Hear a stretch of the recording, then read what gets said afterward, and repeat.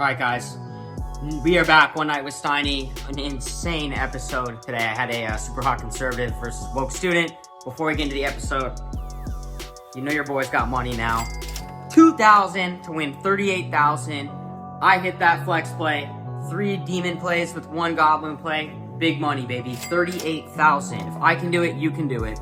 And if you use code NELK and play 1 entry with $5, you get a free $50. I just got a check for $38,000. I don't know that much about sports. You could do, I'm watching the MLB right now. You can do MLB, college football, NFL. They have practically every sport on there. Use code NELK, download PrizePicks. It's going to make your Sundays a lot more fun. Let's get into the episode. All right, guys, we are back one night with Steiny. I have a really interesting, different pod.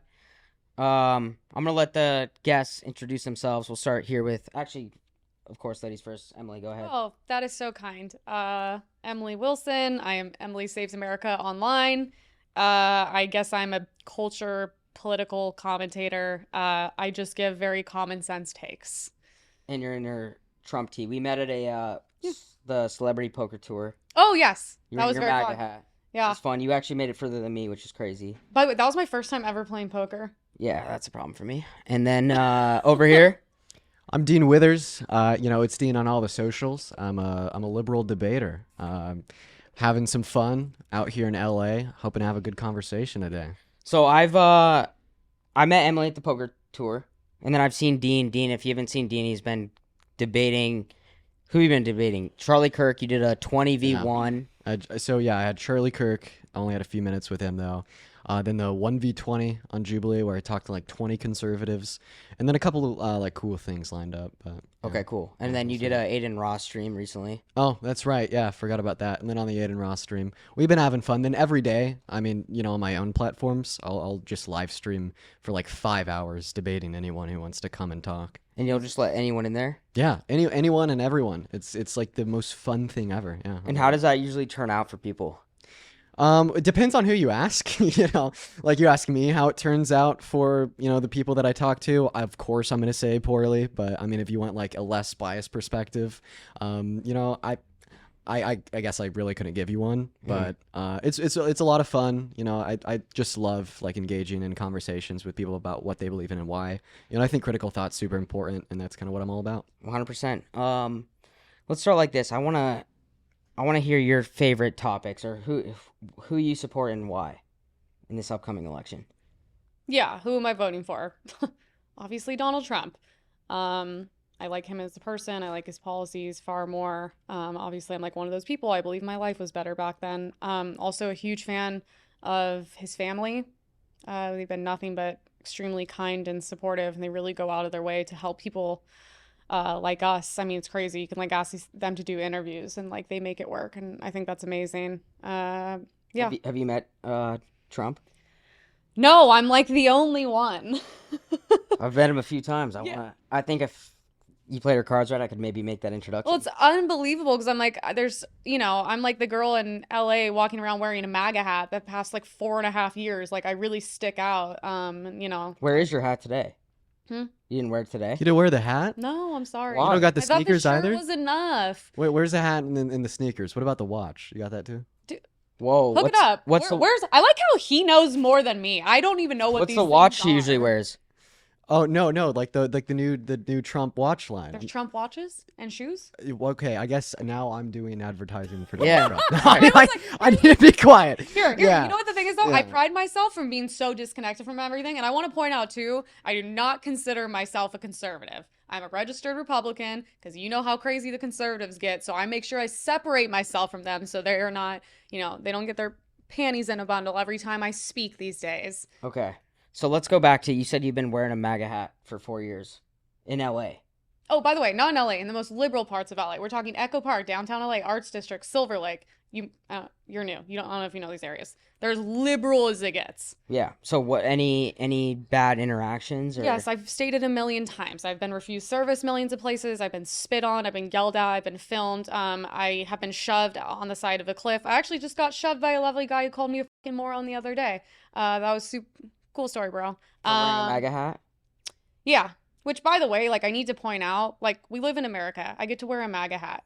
If a hat triggers you, I think you need to look inside yourself. I don't think that's a normal, healthy reaction. I would never look at someone walking by wearing any Waltz, Harris, Biden, whatever it is. I would never open my mouth and say something. Ever. I think we need to test that. It's crazy. But I think that's we need insane. to test that.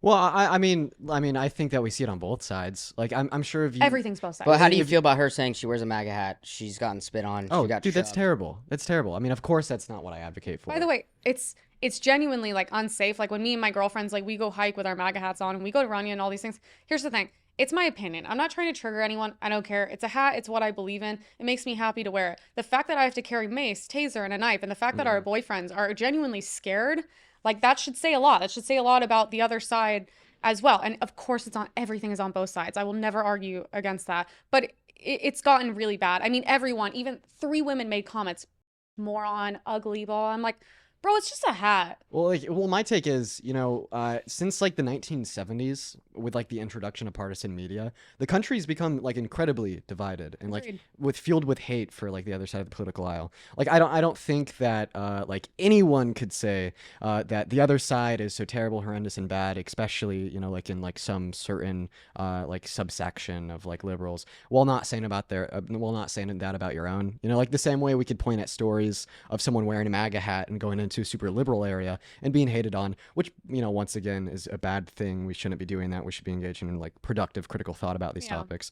We could talk about like a group of advocates for the LGBTQ plus community going in like Alabama, flying a pride flag and getting like spit at as well. So I mean, I think that regardless of where you're at, what side of the aisle you fall on, there's going to be people that disagree with you and hate you for it. And that's just a reality that we can hopefully change through conversations like these. I think that there are people out there, and I've noticed this just being in LA, like there are certain people who will drive around in their car honking their horn with a Kamala flag. Maybe they have a Trump flag, but it seems like there are people out there who are trying to be like stir the pot and get some reaction. So I think that the normal person might look at them and be like, oh, they're trying to make a statement, which is kind of ridiculous. But I think that there are people out there who are looking for that. And that just makes the normal person think, oh, this person wants to start a problem.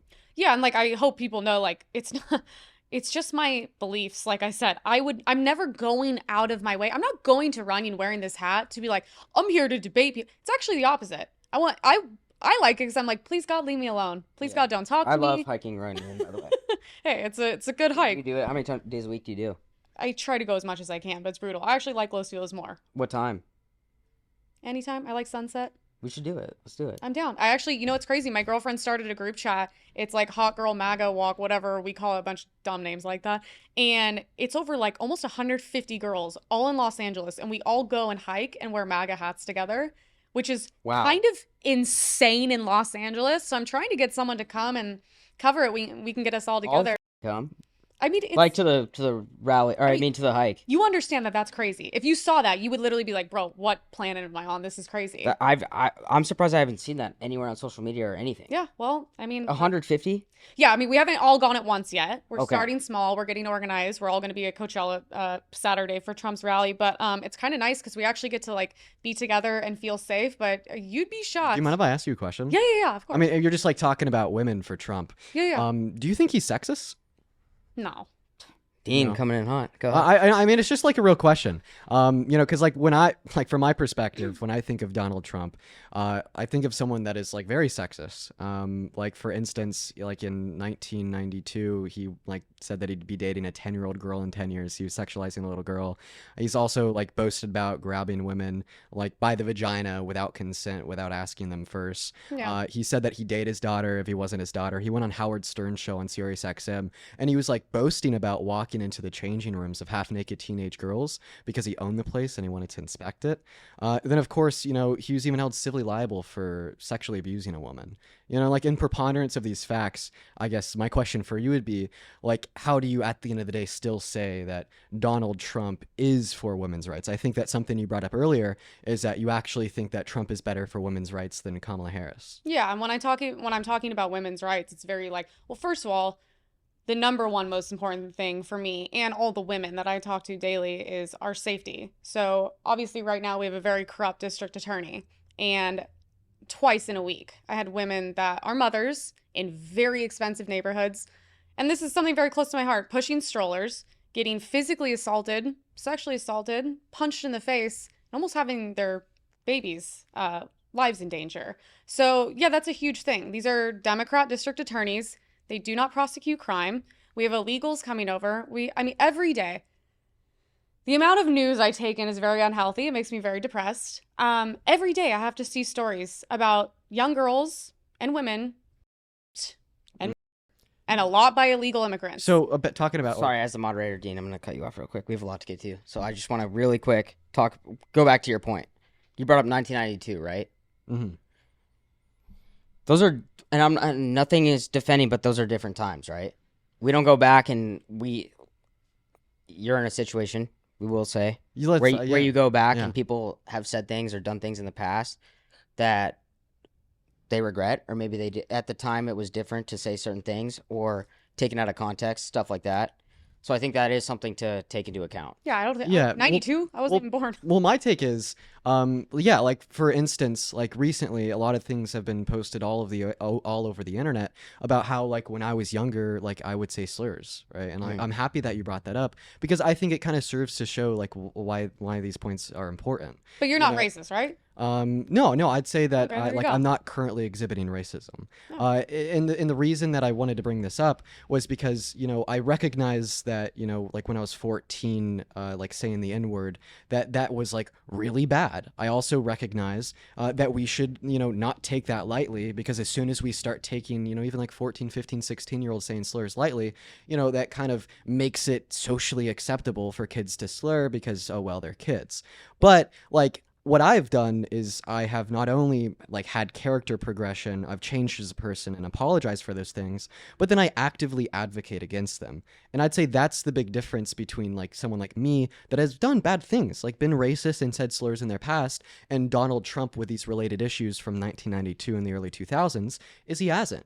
And then I also would say that, there is a difference between, saying slurs due to racist socialization, learning, changing, becoming a better person and growing, and like, sexually abusing a woman like Donald Trump did to E. Jean Carroll. I'd say like you have to lack necessary virtues there. But I wanted to ask you a question specifically. That case is, that woman is like out of her mind. Like between all that, like he is married to like a beautiful woman. He can have any woman, he can date models, all these things. And then you have this woman who's like known, some like crazy feminist, anti-Trump in the woods, like all this stuff. Like really? Do you mind if I ask you a question? Yeah.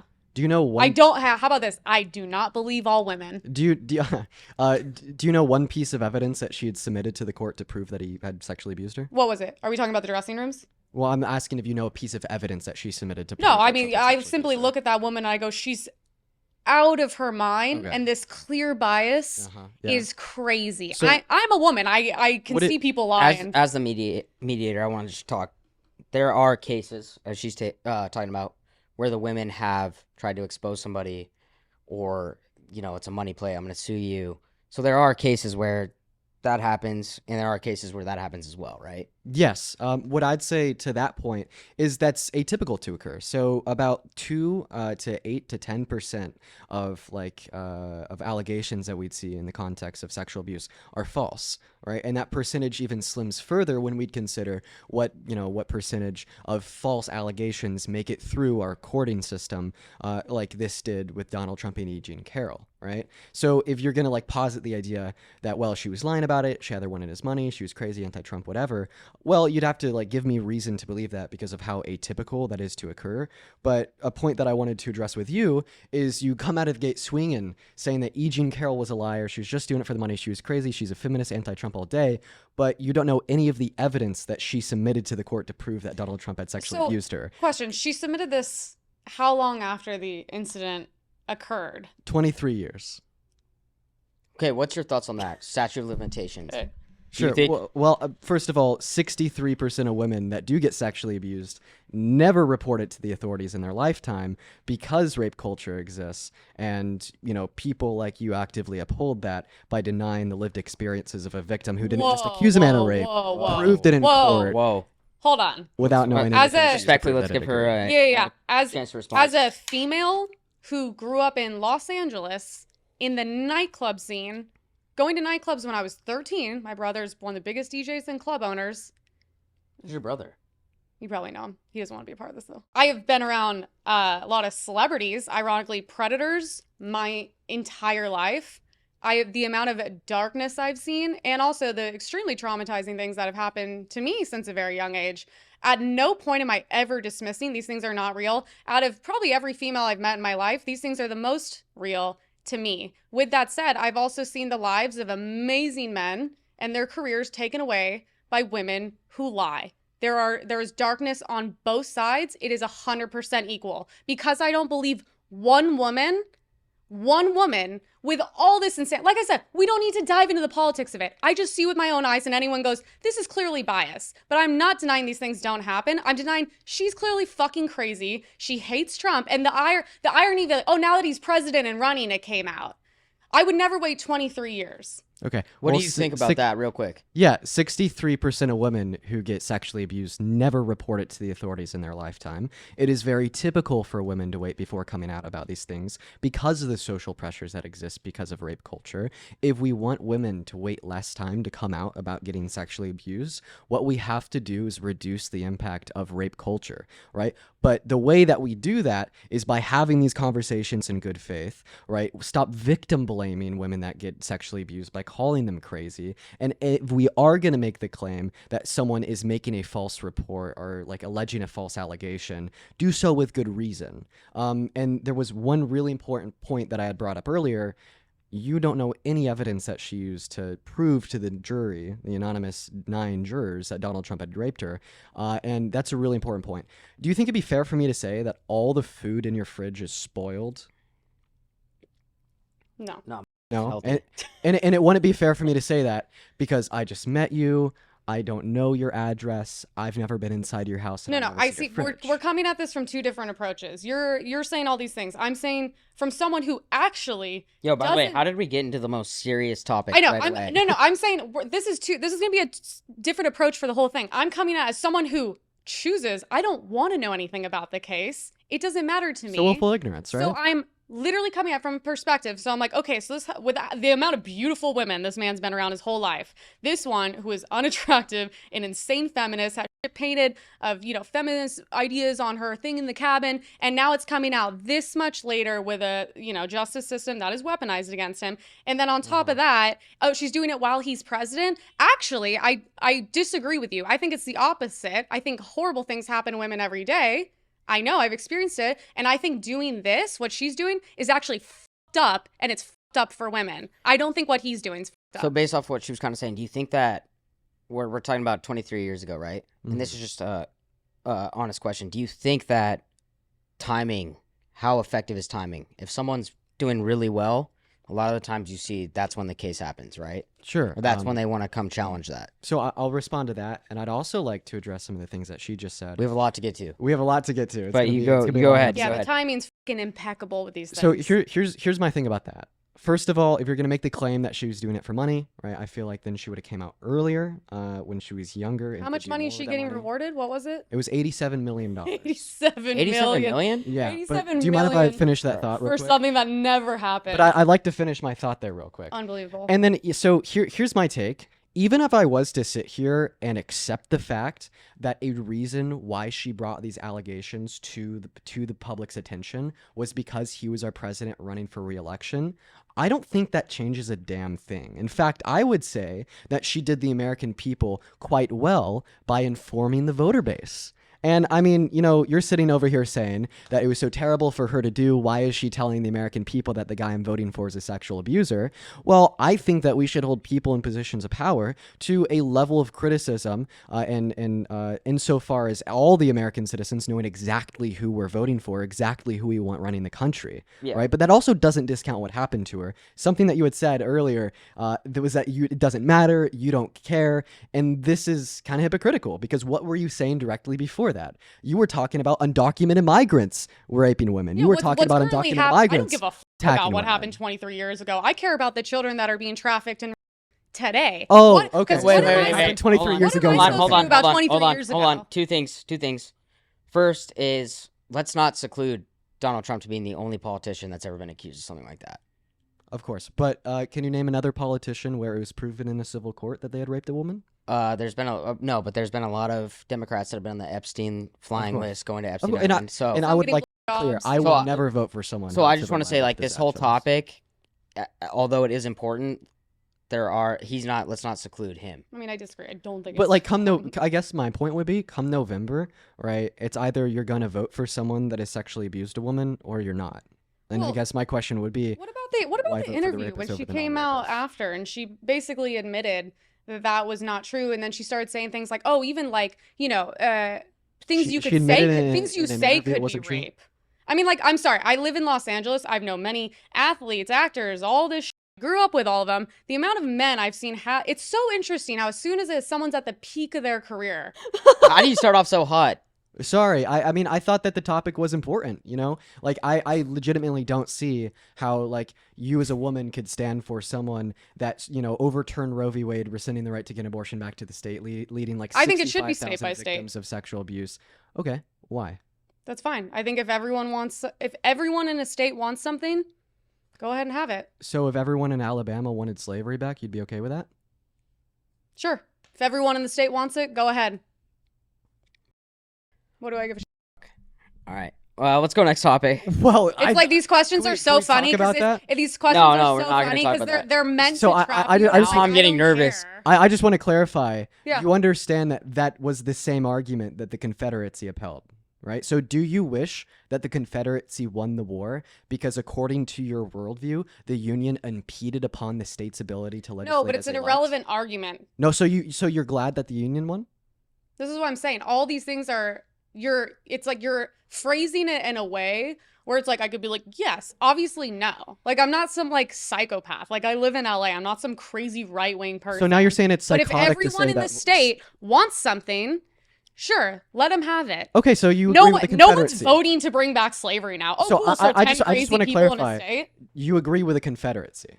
No. But the Articles of the Confederation. All right, were we have to states' move on. rights. We got limited time here. These gotcha moments don't work on me. I'm not a like Okay, it's Emily, not don't gonna get don't get upset. Okay. Don't get upset. And We're then- just No, getting it's started. just like dumb because this is like what liberals do, and it's so. I know. Okay, annoying. so It's here we're very gonna move on. lowbrow. We're gonna move on. We're gonna move on. So I sat here with Dean and Emily for about 15, 20 minutes before we started this pod, and you guys agreed on a lot of things. I would like you to say something nice about Emily right now. Okay. I appreciate you for being outspoken, but I think what you're outspoken against is absolute insanity. Okay. Something nice about Dean. I think you're very intelligent for how young you are. And I think most of these ideas through purely life experience are gonna change. Okay. I like that. You look amazing, by the way. And I don't want to be like that guy, but I'm just saying, like, how come all the, like, Fox News, all the women, they're always, like, why can't we get, like, on CNN someone that looks like her? I don't watch mainstream media sources. No? But yeah, that Republicans was an always that want was the that hot was an girls. interesting. Fox News always question. has the most insanely. When you go through It's my like, no like, why would I watch CNN if there's a smoke show? because it's more news. digestible when it comes out of an attractive person's mouth. You go, yeah, I kind of like I know, that. a little bit more." I'm trying to look at you. If I continue to look at her, don't take it personal. I'm just being clear. Okay. You cool with that? Just because it's like, Yeah. she's hot. Yeah. So I'm just saying, But if you care about attractiveness in politics, you're like voting for like a 78-year-old Cheeto. So basically, I'm going to go back to that. I'm not picking who I'm voting based off that, but I'm going to watch Fox News if they have that kind of lineup over CNN. Okay. All right, let's move on to the next thing. They love those blondes. Huh? They love the blondes. I love blondes too. Without saying a bad thing about Trump, why should anyone out there vote for Kamala? Great question. I think that Kamala Harris is a better candidate compared to Donald Trump for two main categorical reasons: policy and character. If we want to talk about character first, like she's not a 34-count felon, she's not a proven sexual abuser, she's not a religious persecutor that tried to ban all new Muslims from coming into the country, right? She also stands for individualistic rights, freedoms, and liberties, right? She wants to fight to codify federal protections for a woman's right to choose, ensuring, right, that the family dynamic is safe and we're not forcing 18, 19, 20-year-old boys and girls to be parents. If we want to talk about policy, she wants to fight for the average working class American. She wants to reduce income inequities. inequalities, right, by uplifting the low and the middle class. We could also reference the fact that she wants to limit corporations from buying single-family homes, further ensuring that, the younger generations especially can be a homeowner one day, and this will hopefully make that day sooner. We could reference how she wants to cap the amount of that any American citizen will pay out of pocket to buy pharmaceuticals to $2,000 a year, which is just a beautiful policy, keeping more money in the pockets of those that need it the most. And I mean, there's a plethora of other things that we could talk about here. But at the end of the day, I'd say why we should be voting for Kamala Harris is for progress, okay? Let's make our economy better. Let's care about that average American. Let's ensure, basic human rights. And let's keep the guy that tried to stage a coup to overthrow the country in 2020 out of the office. It's very simple. Okay. Why should we vote for Trump? A lot to take in. Yeah, I mean, let's make it very simple. Vote for Trump, the only person who's ever ran for president that actually wants to protect children and go after human trafficking. Only one, ironically. It's weird. Also wants to work with Democrats and independents to figure out and get to the root cause of childhood autism, illness. Once again, every single thing all these people are coming together for is quite literally the children, and there's no policies, nothing else matters more than them. Okay. And I don't even see how... Nothing matters more than children? Yeah. Okay. Well, Kamala Harris, she wants to increase the child tax credit to $6,000 per year for newborn, $3,600 from anyone from the age of 1 to 5, and $3,000 after that till 17. That's expected to reduce childhood poverty significantly.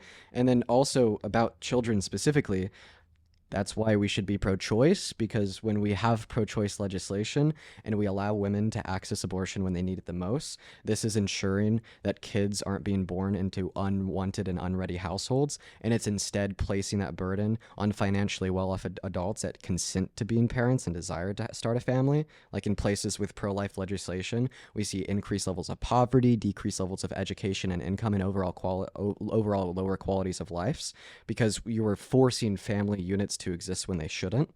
And then also just the position that nothing matters more than children, but then you strictly advocate against gun control, with guns being the leading cause of death in kids, is a little bit funny. Same thing with sex ed.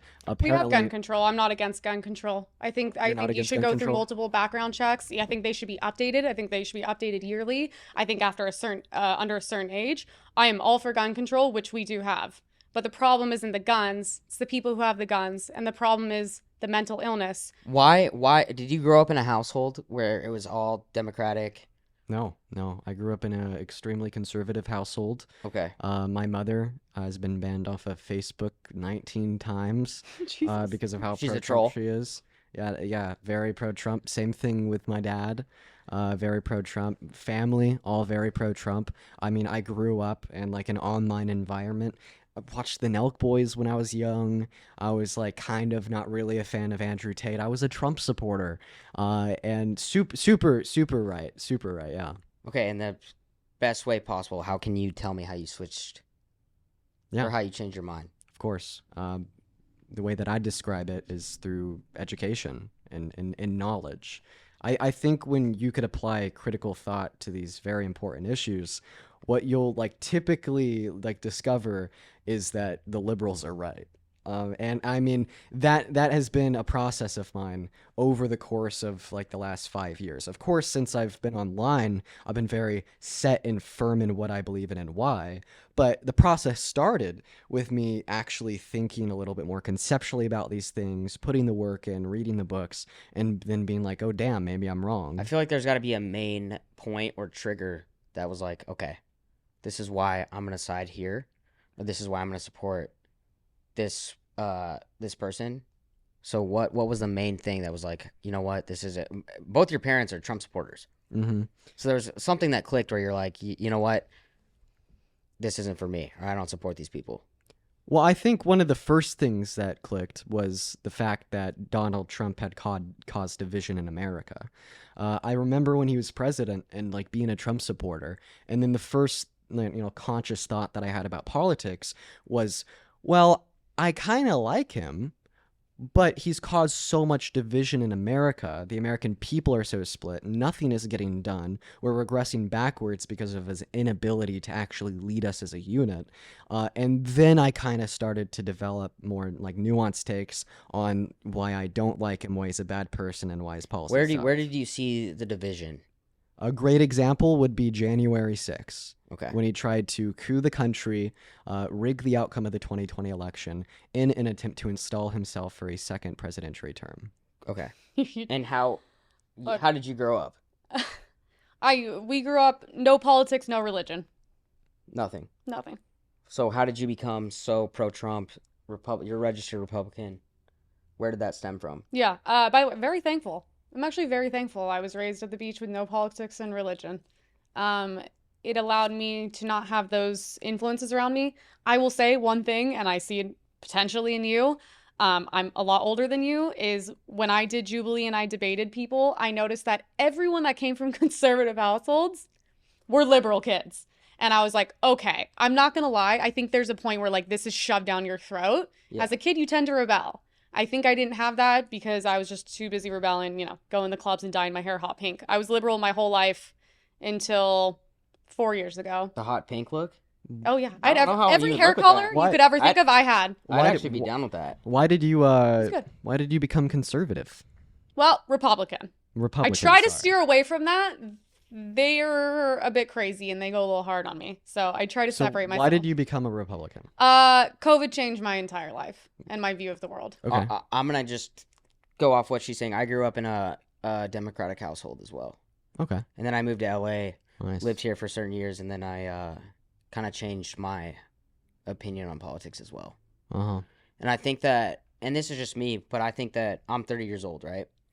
So I think when I was 16, 17 at my parents' house, the Democratic Party was very different than what it is today. Correct. I think my main thing is, and actually, we talked on the phone before this. Mhm. One of the biggest issues I've had since I've lived in LA is, I told you this on the phone, I pay a lot of state income tax, a lot. And for some reason, when I go visit Florida, I lived in Miami for 2 years. No state income tax. Things are so much better there than they are in LA. I live in LA, lived here for 3 years now. The crime rate is ridiculous. The homelessness is going up. There's just a lot of problems. And for a state like this that takes so much money from the people, I just can't figure out where that money goes. Yeah. Well, on your first topic, I mean, if you're willing, I'd love to talk to you about your comments about the LGBTQ plus community. If not, maybe we could do that off camera. But about your second, comment there to do with taxes. If you like lower taxes, right, for the average American, this would be a good election to vote for Kamala Harris. The reason I say that is because we already know that her tax plan is built specifically for the average American, tax cuts for 100 million American workers who need it the most. But then Donald Trump's plan, apart from it being disproportionately built for the rich man, he also wants to impose tariffs, right, which would aggressively affect the low and the middle class even more, right? Because tariffs are inflationary. They cause the cost of goods at the grocery store to go up. And because the low and the middle class are spending more out of pocket to pay for those goods, it ends up impacting them the most. See, that's why I get confused, because I'm also learning, because you're a very bright kid. But it's like, I lived here in 2020, 2021, pre-COVID. Trump was president. Yeah. Costs were way down. Mhm. The economy was flourishing. Yeah. So I'm trying to figure out, like, while Kamala's in office, everything's up. Yeah. She's talking about all these changes she wants to make, but she's currently in office. I get it. So how do you explain? Great question. Yeah, well, I mean, like, first, I just think it's important for us to make the recognition that just because something happens in the country doesn't mean the president caused it. And, this will be just a 5-second tangent. For instance, at the end of Trump's term, we had a 14.8% rate of unemployment. It was the highest that we've had since the Great Depression. That was in April of 2020. And now we wouldn't say that Trump caused that because the COVID lockdowns did.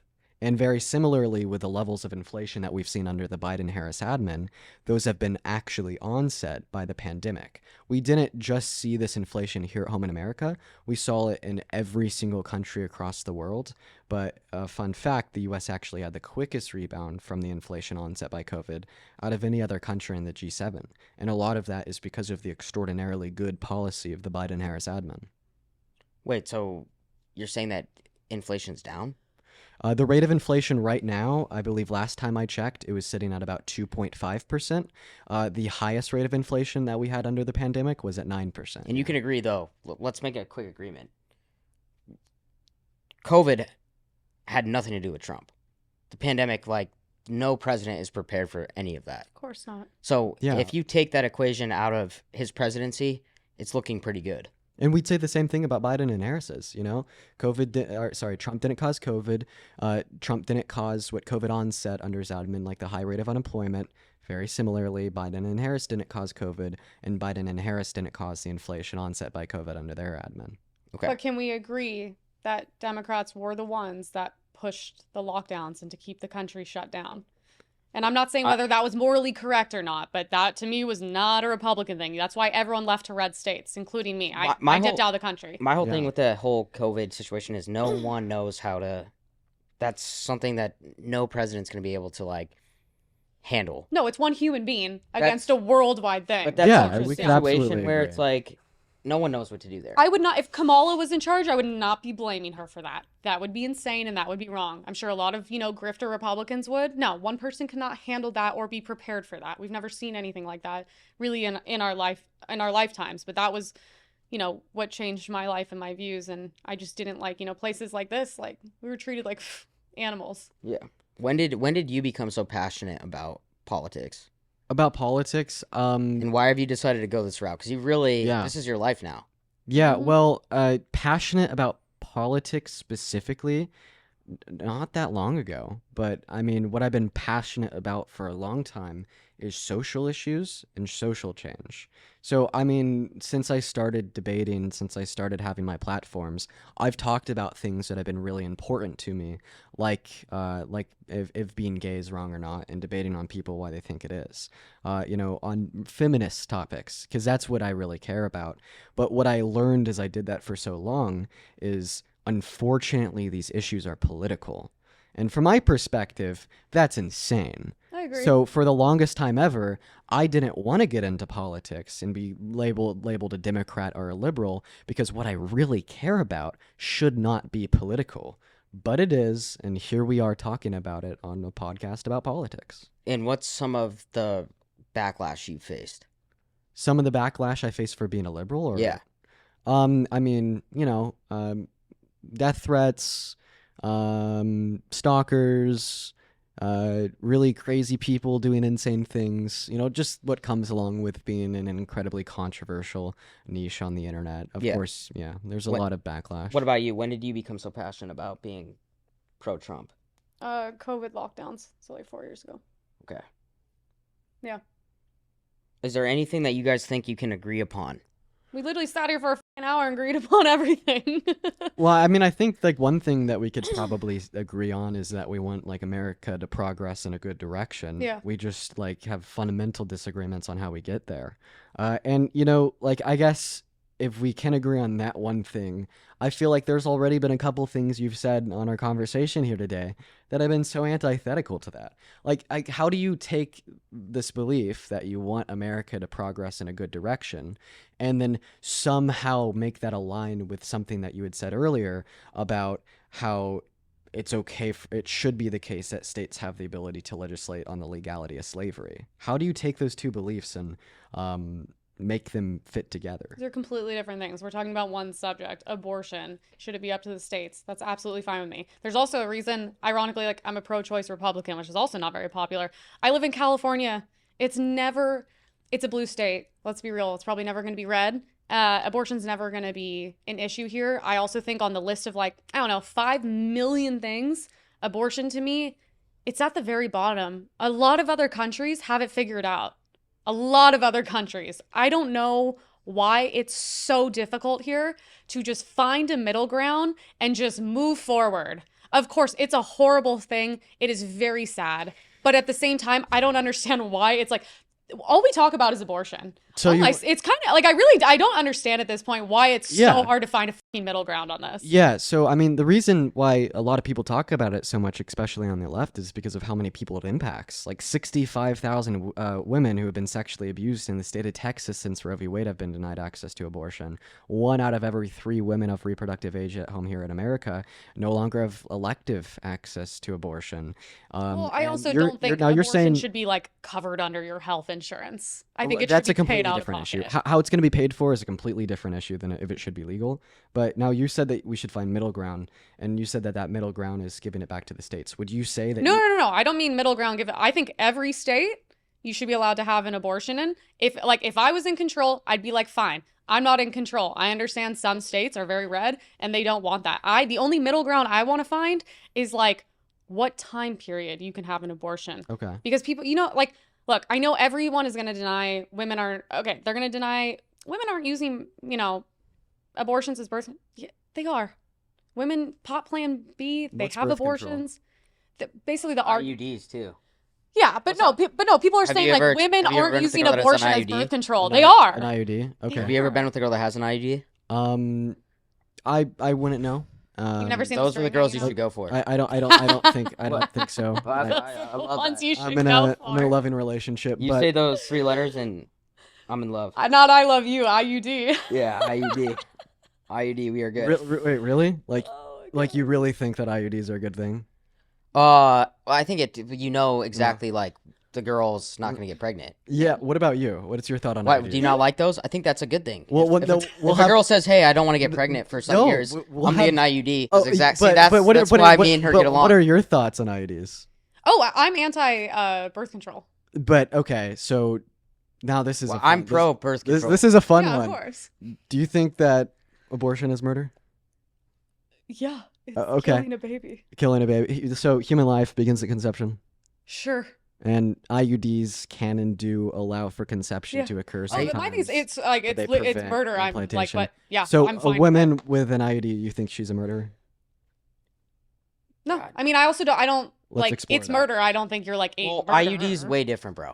Yeah, you're Let's- stopping. that's You're, because the that's- IUD. You're stopping you're stopping it from But let's happening. Not always. Yeah, but let's I- be clear though that she is right that you get an IUD for the purpose of Of I am not I'm getting not pregnant. I don't have the ability to get pregnant. But in some scenarios, an IUD has 2 functions. One of the functions of an IUD is I to love being explained this by a dude. It's so funny. Wait, no, I'd like to hear your Here, take. educate him. I think I'm okay. Well, you understood like that one of the 2 functions of an IUD was to allow for conception to occur, then prevent its implantation into the uterine lining, starving it Yeah. to death, and you think that human life begins at the moment of conception, meaning that that's essentially killing a unique human life. But I mean, What's how the is difference how is between a that and controversial abortion? thing? Like that's when it starts, and that's when like the life inside begins. Because And- an IUD is killing a unique human life the same way an abortion is, and if abortion is Okay, Okay, murder, wait. or women with IUDs As a murderers. mediator, I gotta stop this.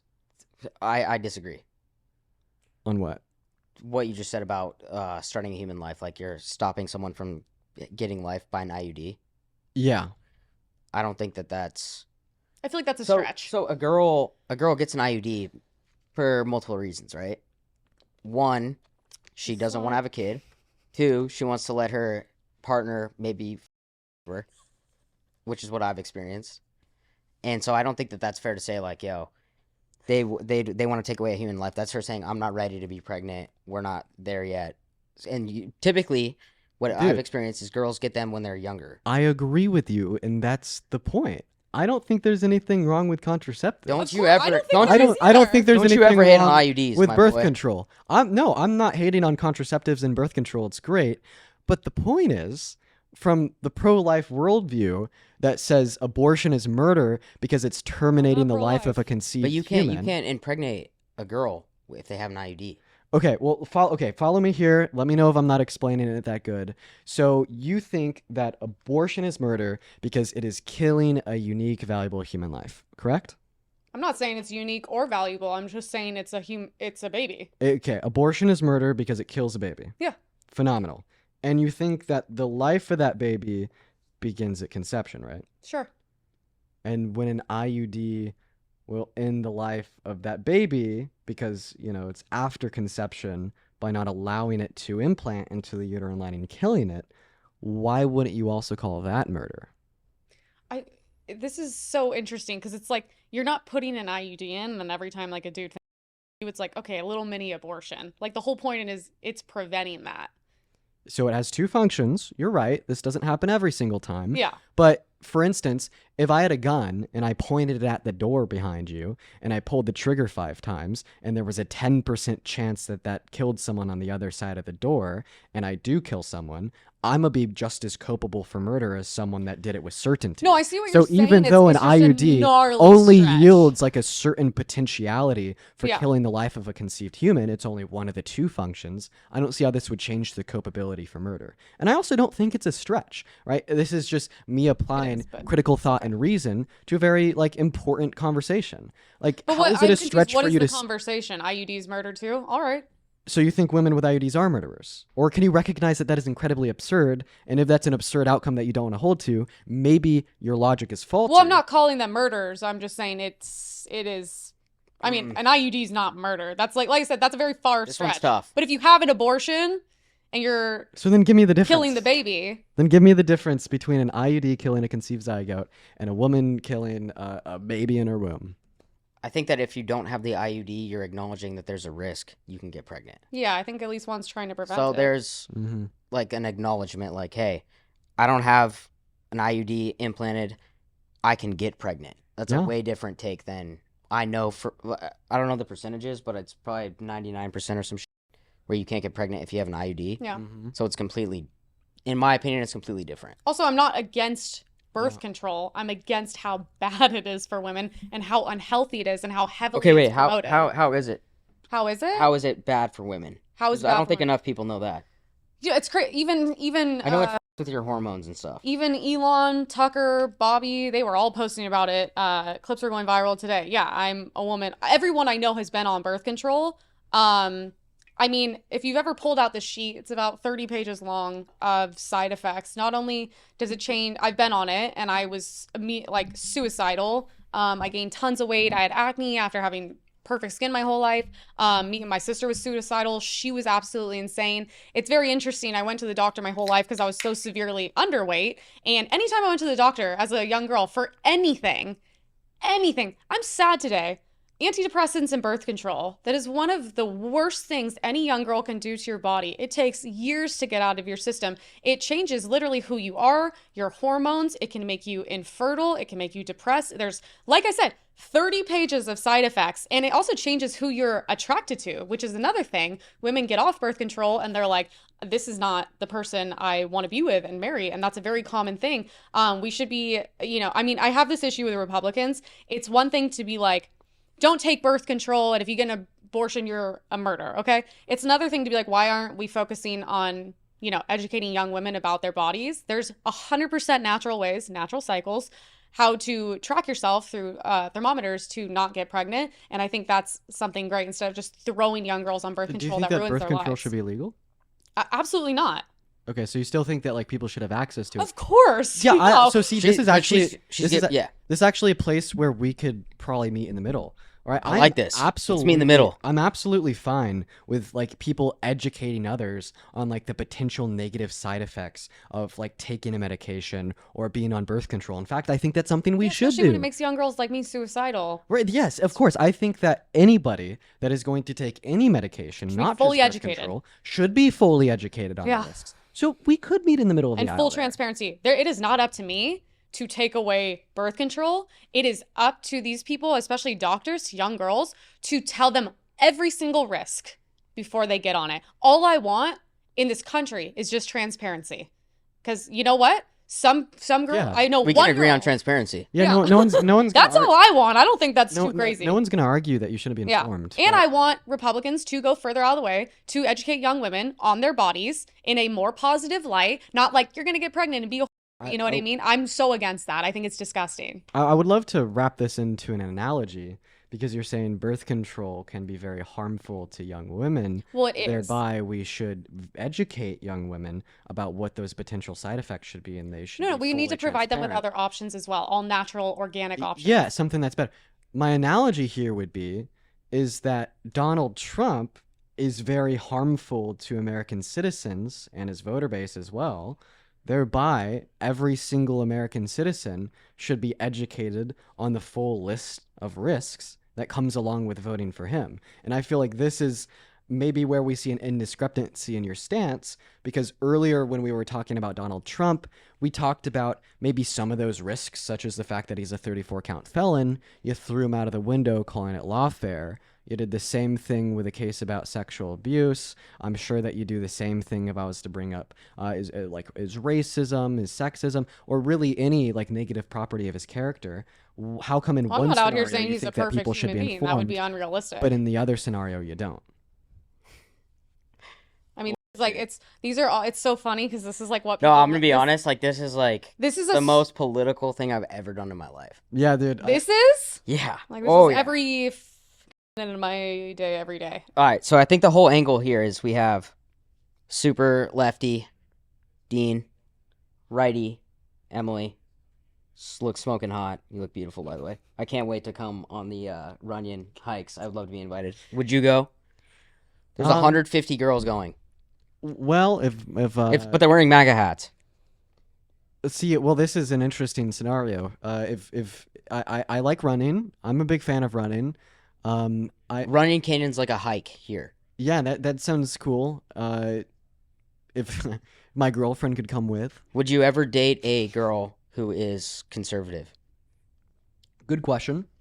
I think that, like, obviously I'm going to be talking in, like, a hypothetical sense because I am in a relationship right now, and intend to stay in it. But I still see the importance in the question that you ask. It depends. It really does. If they're Okay, conservative... she's a 10, smoking Well- hot blonde. Loves Trump. Well, let me... I could She clarify likes this. Trump, but she's a 10. If she's a conservative because, the economy was better under Trump than it was under Biden and Harris, and there's just a lack of education on policy and whatnot, of course, it's not a deal breaker. Okay, like, I think that and the average American deserves to be more informed. But if, like, she's a conservative because she thinks that, like, the right to own a slave should be sent back to the state, or that abortion is murder, like, maybe that is a deal breaker. Got it. What about you? Could you ever date No, a lefty? no. Why not? I mean, Just because politically not aligned, spiritually not aligned. I know that's a toxic relationship though with you. Well, it's not. No offense, this is none that's targeted at you. It's not masculine. What do you think masculinity represents? Huh? What do you think masculinity I like that. represents? Yeah. What do you think masculinity represents? That's a good question. I mean, it's so, babe, I have to ask you, why do you say partner? Why don't you say girlfriend? Oh, I think that's the funniest thing in the world to she's me. my girlfriend. A partner, You girlfriend. have a girlfriend. Yeah, I don't care. Why do you say partner? When I you don't say know. partner, babe, it makes me think it's a dude. I'm not gonna lie. I told you this. Gabe has been texting me asking if you were gay. Oh, yeah. Because If he- you're saying fine with partner, that. say girlfriend. He finds you attractive, so I don't know. Well, when you tell said him, partner, we'll tell him I appreciate him. That's very I will. kind I of will. him. But that's why I asked because I didn't know. Yeah, no, I'm straight. I'm pretty like confident in my sexual orientation. Okay, then Like, just I say don't- girlfriend moving forward. I mean, You have the right partner, to say girlfriend, partner, but doesn't- why doesn't matter. do you say partner? I don't know. Maybe because like when I think of the word like girlfriend in my head, I kind of just think like high school relationship. I've been with her for so long, and we're in like a dedicated long-term relationship. Like, she's more than just my girlfriend. She is like my partner in every conceivable sense of the word. No, So that's it's a life partner. That's okay. That's beautiful. I'm But just it's saying just the only words people that I we know that use. say partner are gay dudes. That's why I was just like very confused. Well, I'll accept that he's saying she's way more than that. yeah, that's amazing. My girlfriend, my former girlfriend, would love to hear me say something that nice. So Amen. good for you. But it's just words. Like, I don't know why I use one word or the other.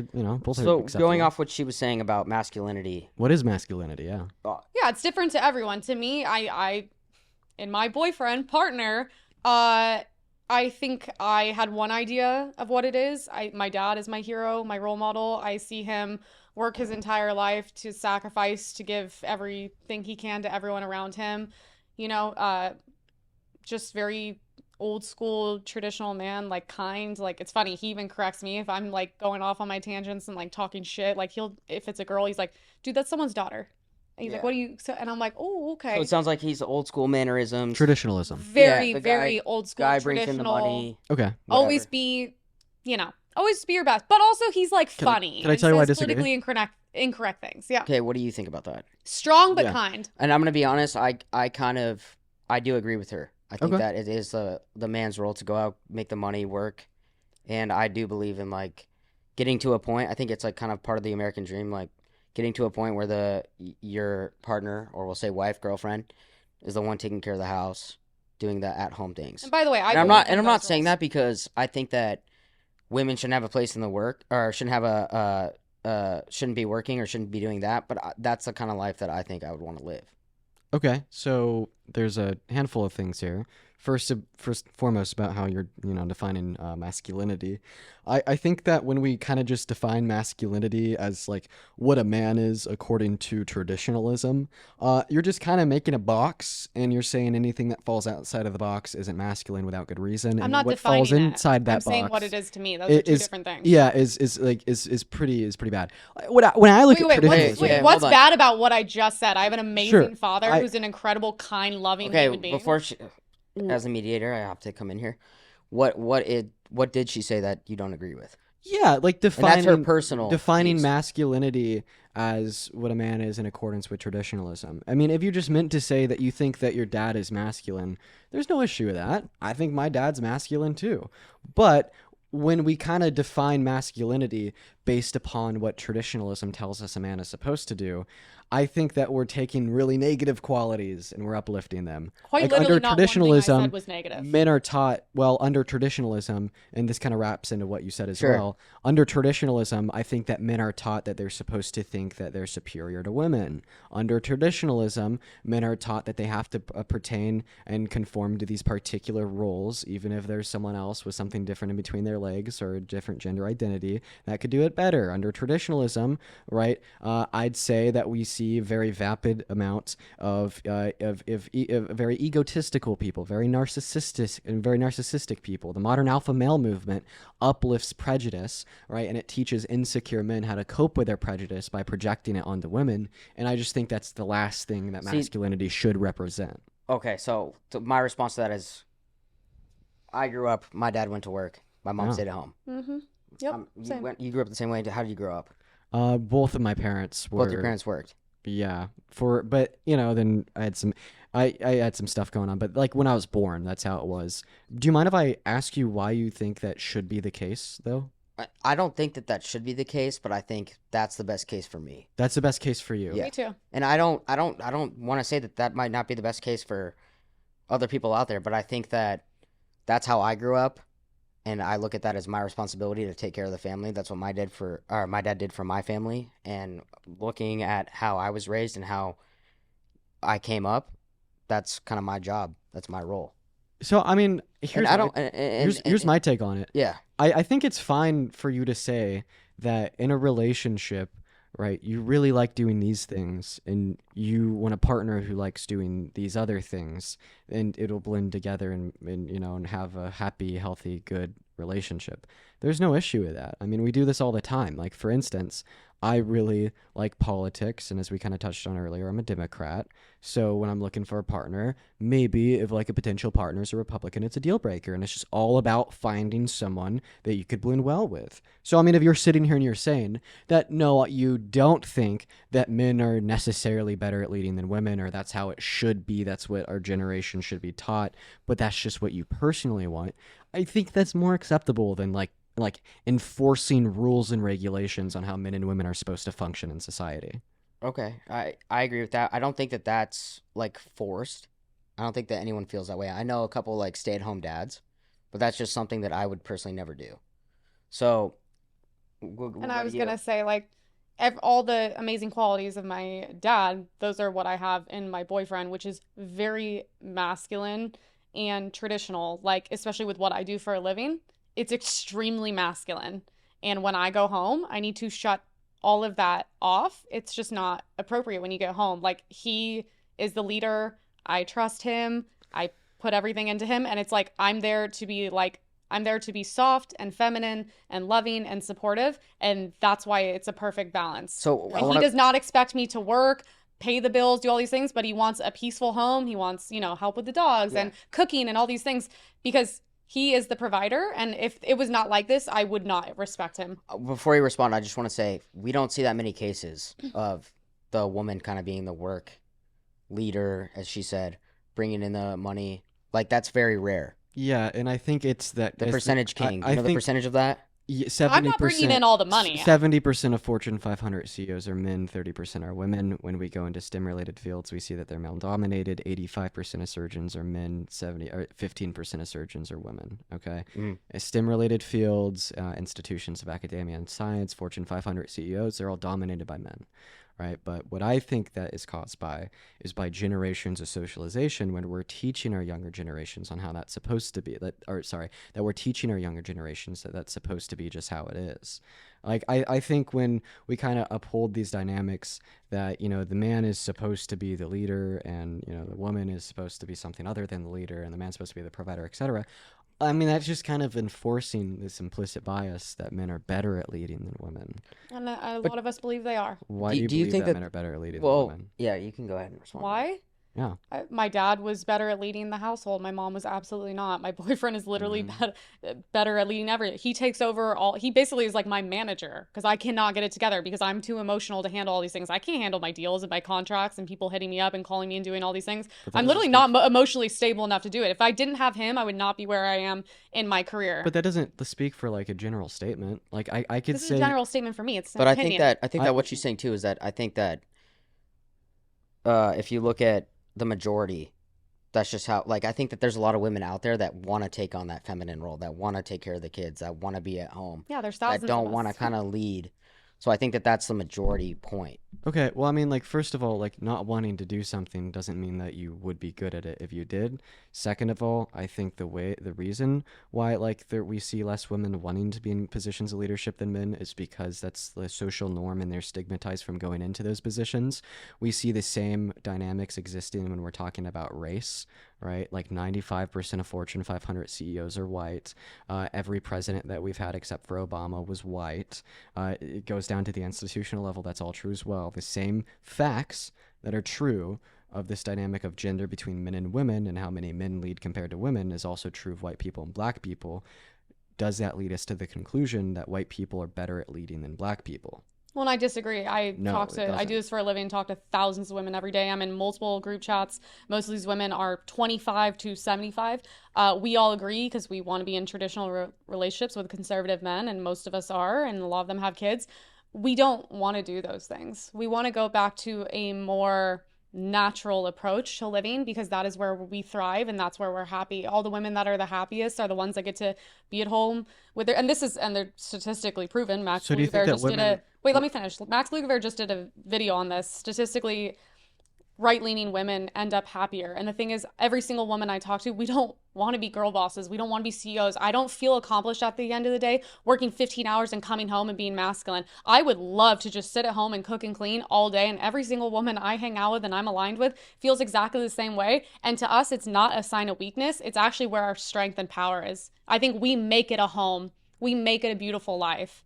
And we're all very proud of that. That's a good point by so, Emily. Well, I mean, my response to that would just be the fact I could probably get a group of a couple thousand people together to say the exact opposite. I don't think that we should be dictating one's general abilities based upon what other people with the same gender identity or something in between their legs want to do themselves. Okay? No, it's this thing of like it's all everyone wants to situational be a based, right? CEO. Like what I'd say is someone could do whatever they want to do. That's not what I'm talking about. What I'm referencing is making prescriptive statements on what people should do or what group of people is better than another group of people at doing these things. people Like should just do I've whatever heard they that you've want. described to me that that you want to be in a traditional relationship. You know, plenty of other people as well.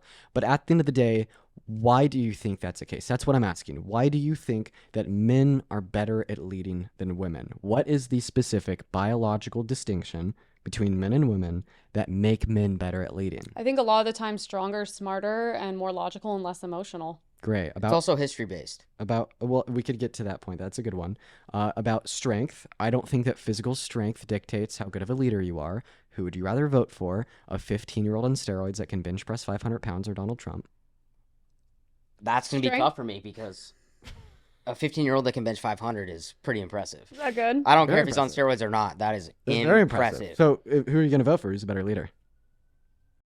As a gym bro, I'm still going to go with my guy, Trump, but Yeah, still go with Trump on maybe that one. the Yeah. 500-pound bencher can be VP. Okay, so we see that like physical strength. Well, it's like doesn't mean important. you're I a like better need my leader. boyfriend to like go to the gym, work out, and be in shape. Like if someone's gonna come assault me on the street, like I'm not gonna let him be like some skinny, scrawny dude. Like it's important to me.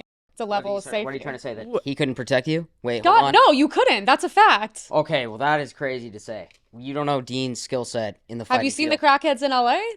They have like What six makes you packs. say? And I could also defend too. Do you think I could? I wouldn't be confident with you either. What the? I don't know your To fighting defend you? skills.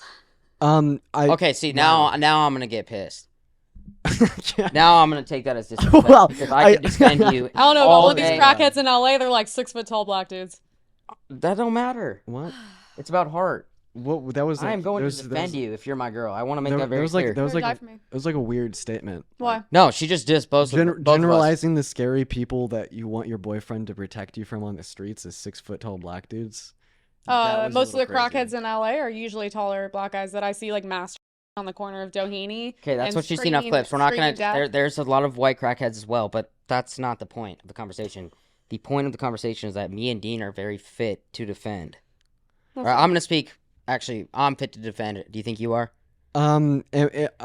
If you're just asking me if I'm like strong, yeah. But you're gonna throw hands if your partner or your girlfriend is there getting harassed. Are you prepared to battle? Are you gonna throw it down? Oh no Okay, okay. so there you That's go. good. So No, he's in like the fight. like so- okay Because no you yeah can't go in a full debate with Okay, these but people. hold You on. have to fight them. Before no you're no gonna no dis- defend us. my girlfriend. Know that we are both very capable of defending. Well, I feel better being here with Can you I- guys. can I than when you guys- would throw a punch? I love to inform you on a thought of mine here. I think the idea that men need to protect women, right? If you believe that, you're kind of stating that women are more valuable than men. Like for instance, No, you're stronger. Therefore, I But- need you here to defend me. but listen, my phone case is more it protects my phone, and my phone is much more valuable than my phone case. So when you make the argument that men need to go and protect and defend women, die for women, you're just saying that the woman is a very valuable individual and the man is less valuable and should give up an expenses. Okay, like so- not what. So I don't dis- not what I'm saying at all. Yeah, so I do disagree with that. I think that's kind of like the male's role as being genetically stronger. That you have to, and that's kind of like, I mean, what are you gonna do? You want to have your girlfriend defend you? Oh no, I'm totally fine with if you're just making the argument. You're saying But valuable. you're right. I'm saying You're right. vulnerable. I'm totally No, fine but if you're making the argument he's that right men, about the fact that Well, the maybe- girl's a phone. yeah maybe she's I, more valuable. I guess at the end of the So day, for dating, who's more valuable, the Secret Service or the president? El Presidente, And what is the job of the Secret Service? to defend the president. Phenomenal. Who's more valuable, the celebrity or his bodyguards? No one's disagreeing that the girl's more valuable here. Yeah. I'm saying we're Phenomenal. more If I'm with my vulnerable, girl- not valuable. Oh you wait, you think that women are superior to men? That's literally the opposite of what I'm saying. If I'm defending, if I'm in a street fight and my girl's there, I have two things I got to do. I got to impress her, and I got to make sure she's safe. So you think that And then women get are her an superior to IUD. men?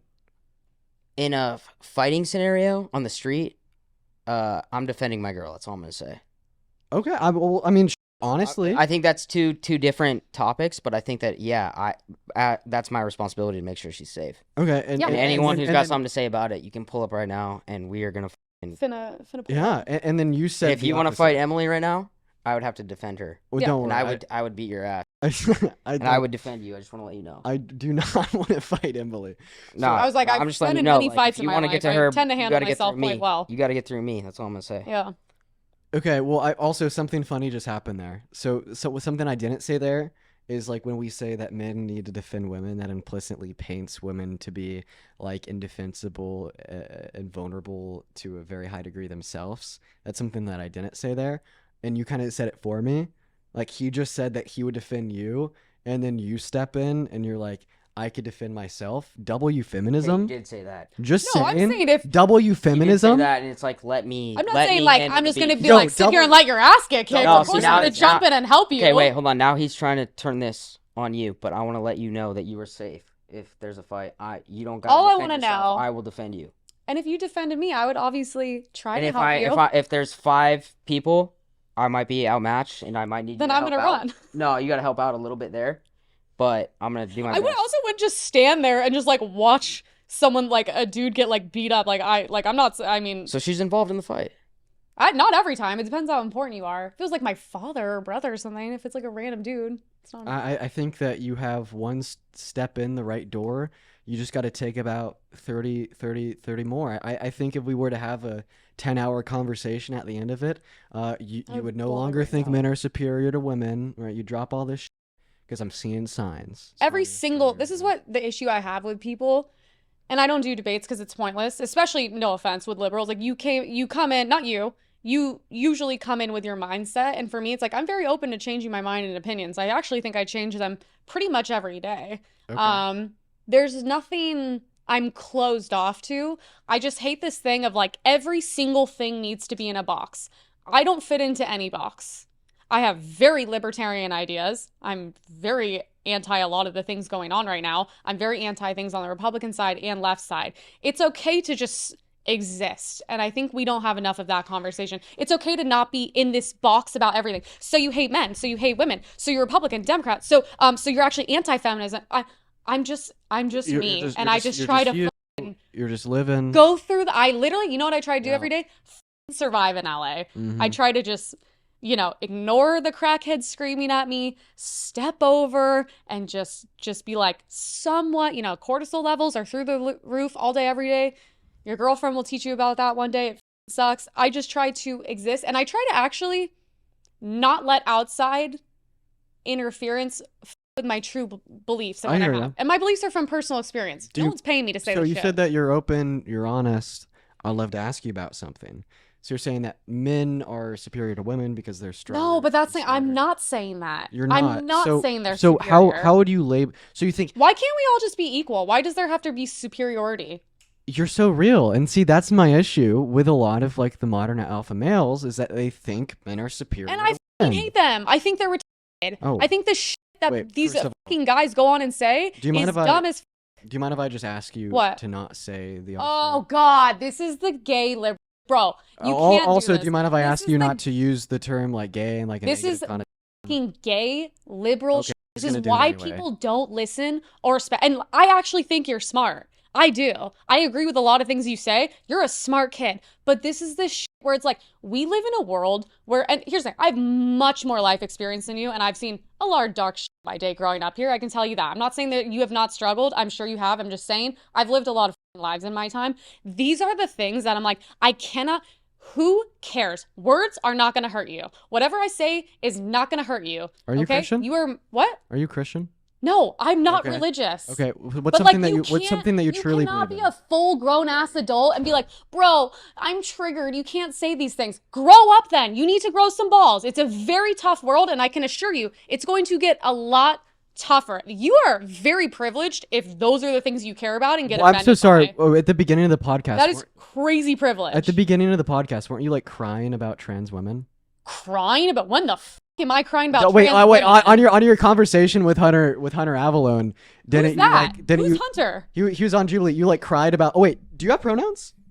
Do I have fucking pronouns? Like what the hell did I miss? Do you have pronouns? What do you mean? Do I have pronouns? It's a yes or no. Her, miss. What are my? Do you have pronouns? For them. They them. Yeah. Wait. So you're not a she her? Oh, I'm sorry. Oh, this is where the liberals own you, bro. They're like, actually, you use really quick, guys. every day. It's so fucking gay. I'm way too. Okay. Do you mind if I respond? Wait, the mediator just came back. You've been talking. Wait, for the mediator just came back. Wait, let's bring it back to Earth. It's. I don't know what I missed, but it got heated in here. Yeah, and I wish that I could respond to some of the things that she said. We have a lot to get to. Yeah, I mean, I would just like for 30 seconds here. Okay, you have 30 seconds. Do you use pronouns? So like, actually, we use pronouns every. What I was gonna say is that I think that we can like take certain words out of our vocabulary that have been used to historically hurt people, and it's not like I'm so sensitive. I'm not this crying liberal. I'm just trying to have some decency. Like, I'll give you a really good scenario.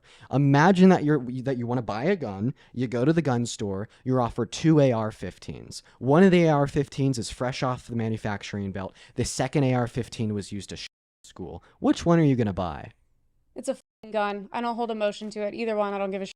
Okay, so you would use and shoot a gun that had been used to like 10 children? What do I care? I'm not going to go 10 children with it. Okay, well, honestly, I just think that that's the thing. This is why I'm sensitive. It's just it's an emotional maturity, which liberals do not have. Really? Yes. So so you don't think, okay, do you think that it's okay for people to like tattoo Nazi symbols on themselves because it's just ink? Of course. Go tattoo Nazi on your forehead all day. What the f All does right. that have to Do do you with And the think anything? mediator's here. do you No, think no, it's no, we're okay- gonna move on to another topic. We are going to move on to another topic. We have a lot to get to. But that's like insane. Do you think it's okay for like people to say that And white good. people It are shows superior in to black society people? that person's insane and you should not listen to them or acknowledge them. And you should literally just stay the f away from that. You're That's describing perfectly yourself right acceptable. now. Oh, I have Nazi tattooed on my forehead? No, the analogy of you saying that it's okay to use this Oh, language. I'm gonna call that insane the same way you're calling that shit another insane. analogy. Another analogy to own the All right. Republican. Does logic scare you, Snowflake? Oh, Dude, don't you're so say this stuff like. is Wait, getting wait, wait. so gay. Wait, I no, can't. wait, Yeah, I mean, no, it's no, we're going crazy. back. We're going back. Ugh. Dean's been going through some stuff.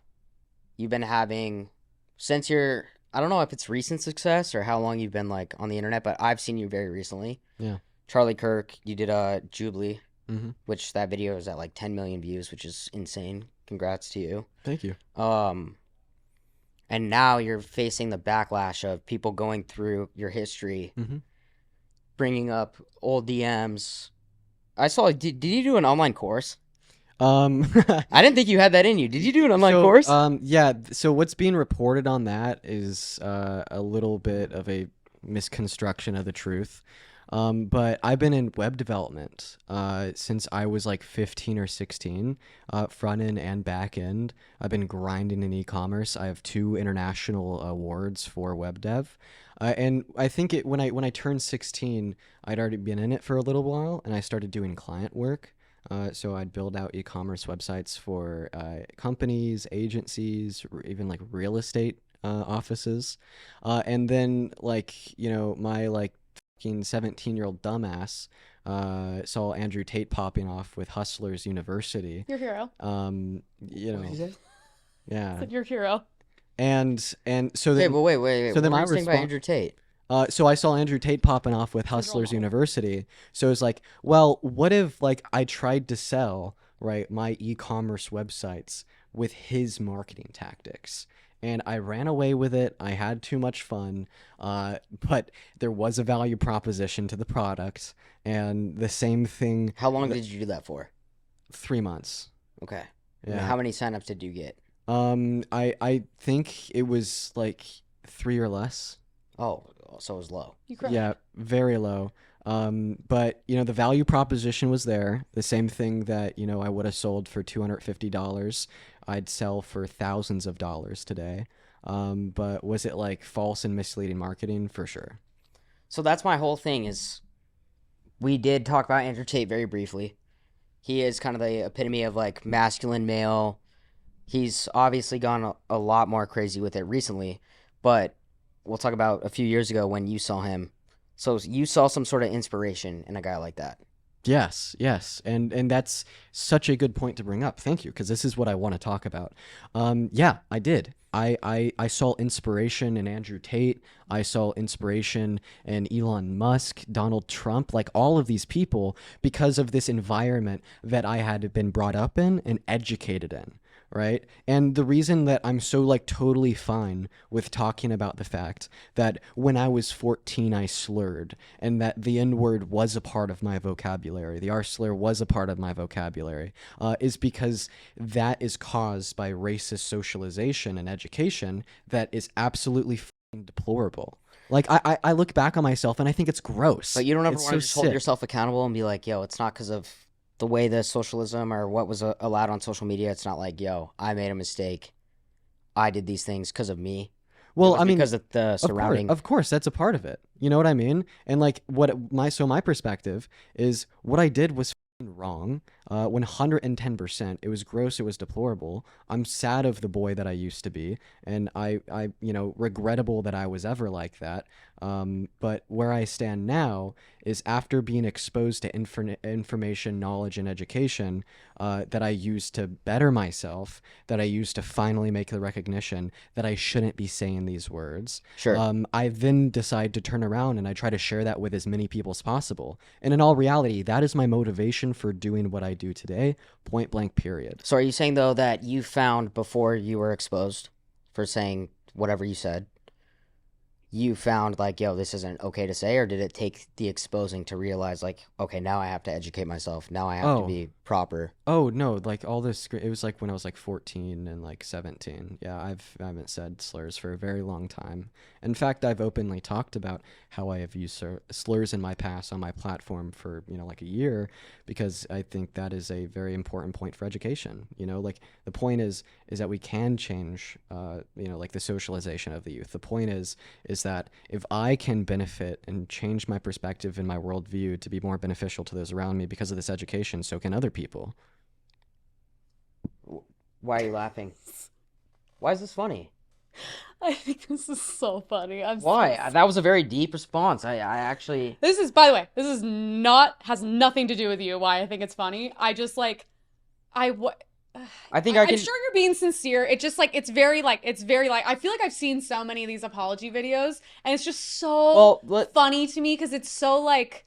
It's like, okay, I got canceled. Now here's the script. I'm gonna be honest. You're just insane. Okay, wait, hold on. I'm just gonna be the first to say. Okay, hold on. I love watching people get canceled. It's so funny. Okay, you could never do it to me. Before we do that, there are a lot of people who've regretted what they've said in the past. Yeah. People love to dig up on you when you become poppin', whatever. Yeah. So I'm not defending the things that he said, but I will agree that this isn't the first case we've seen something like this. I see people every day. It's the amount of online young influencers that are getting canceled for like using the N-word, whatever. It's just so funny because it's like the same script every time. Okay, so and it's just like you're just bending the knee to these people who are trying to cancel you. Hold on, do you think that it hurts your credibility with what's come out recently? If you just want me to describe if I think that people view me as less credible now, like I'm sure that some do, and I think that that's absolutely valid. Like I'm not gonna lie, like if a black person or like a gay person doesn't want to forgive me for saying like anti-gay, homophobic and anti-black slurs, that's fine. You know what I mean? I get it, 110%. That's deplorable. It's gross. It's disgusting. But at the same time, I do think that there's a lot of people who can recognize that I have, that an apology is only sincere as the change in behavior that follows, and the change in my behavior that has followed has very clearly dictated that I have progressed as a person. So, I mean, I've been proactively apologizing for this through my advocation on live every single day for 5 hours, 7 days a week, 365 days a year for a year and a half now. Sure. So if I'm a person who's watching you, how can I tell if what you're saying is complete or if you actually feel that way? I think that maybe I could say if I was a grifter that didn't really care about any of these things, I wouldn't be as educated as I am. I mean, I got a pretty low GPA in high school, even though there was a high level of incentive of getting a good one to go to a good college. I cared, but I didn't care enough to torture myself on educating myself on things I don't care about. So it's like if I didn't care about these things, I wouldn't be as uneducated on these topics as I was. And then another consideration is, well, when I started, streaming online, having my own platforms, I had nobody watching me. Zero. I mean, after a couple months, maybe it got up to 30 live viewers. Pennies were made in profit a day. What was my incentive for ever starting in the first place? You know what I mean? Because if I was just doing it for the money, if I was a grifter, I didn't actually care about the things that I said, I would have never started in the first place because of how lucrative and likely to fail the business would be.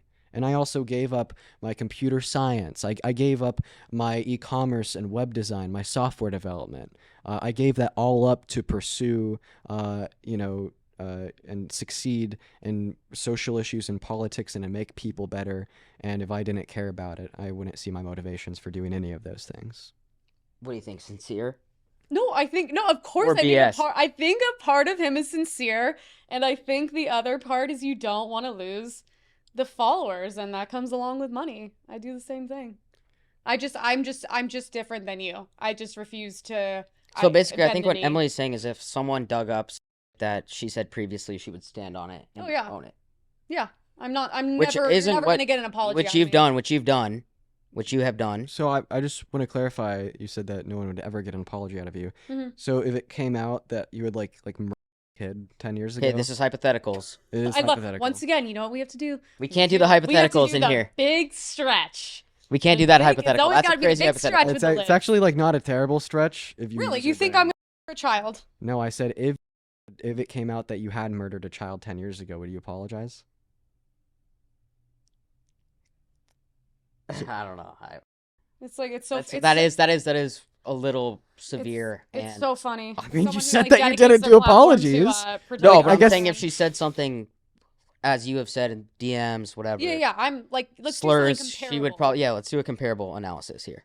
Okay, yeah, you cause harm by like engaging in racism and saying slurs, which is like actively eroded and marginalized and dehumanized people Got it. for hundreds of years. I think that's probably something you should apologize for and Yeah, grow I past. wouldn't.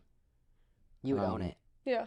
Like, Not own it, but why? she would do accept. you think that saying slurs is permissible? I don't think it matters. I don't think words are. If you're not a like weak person, I don't think the words are gonna hurt you. I think you're gonna be okay.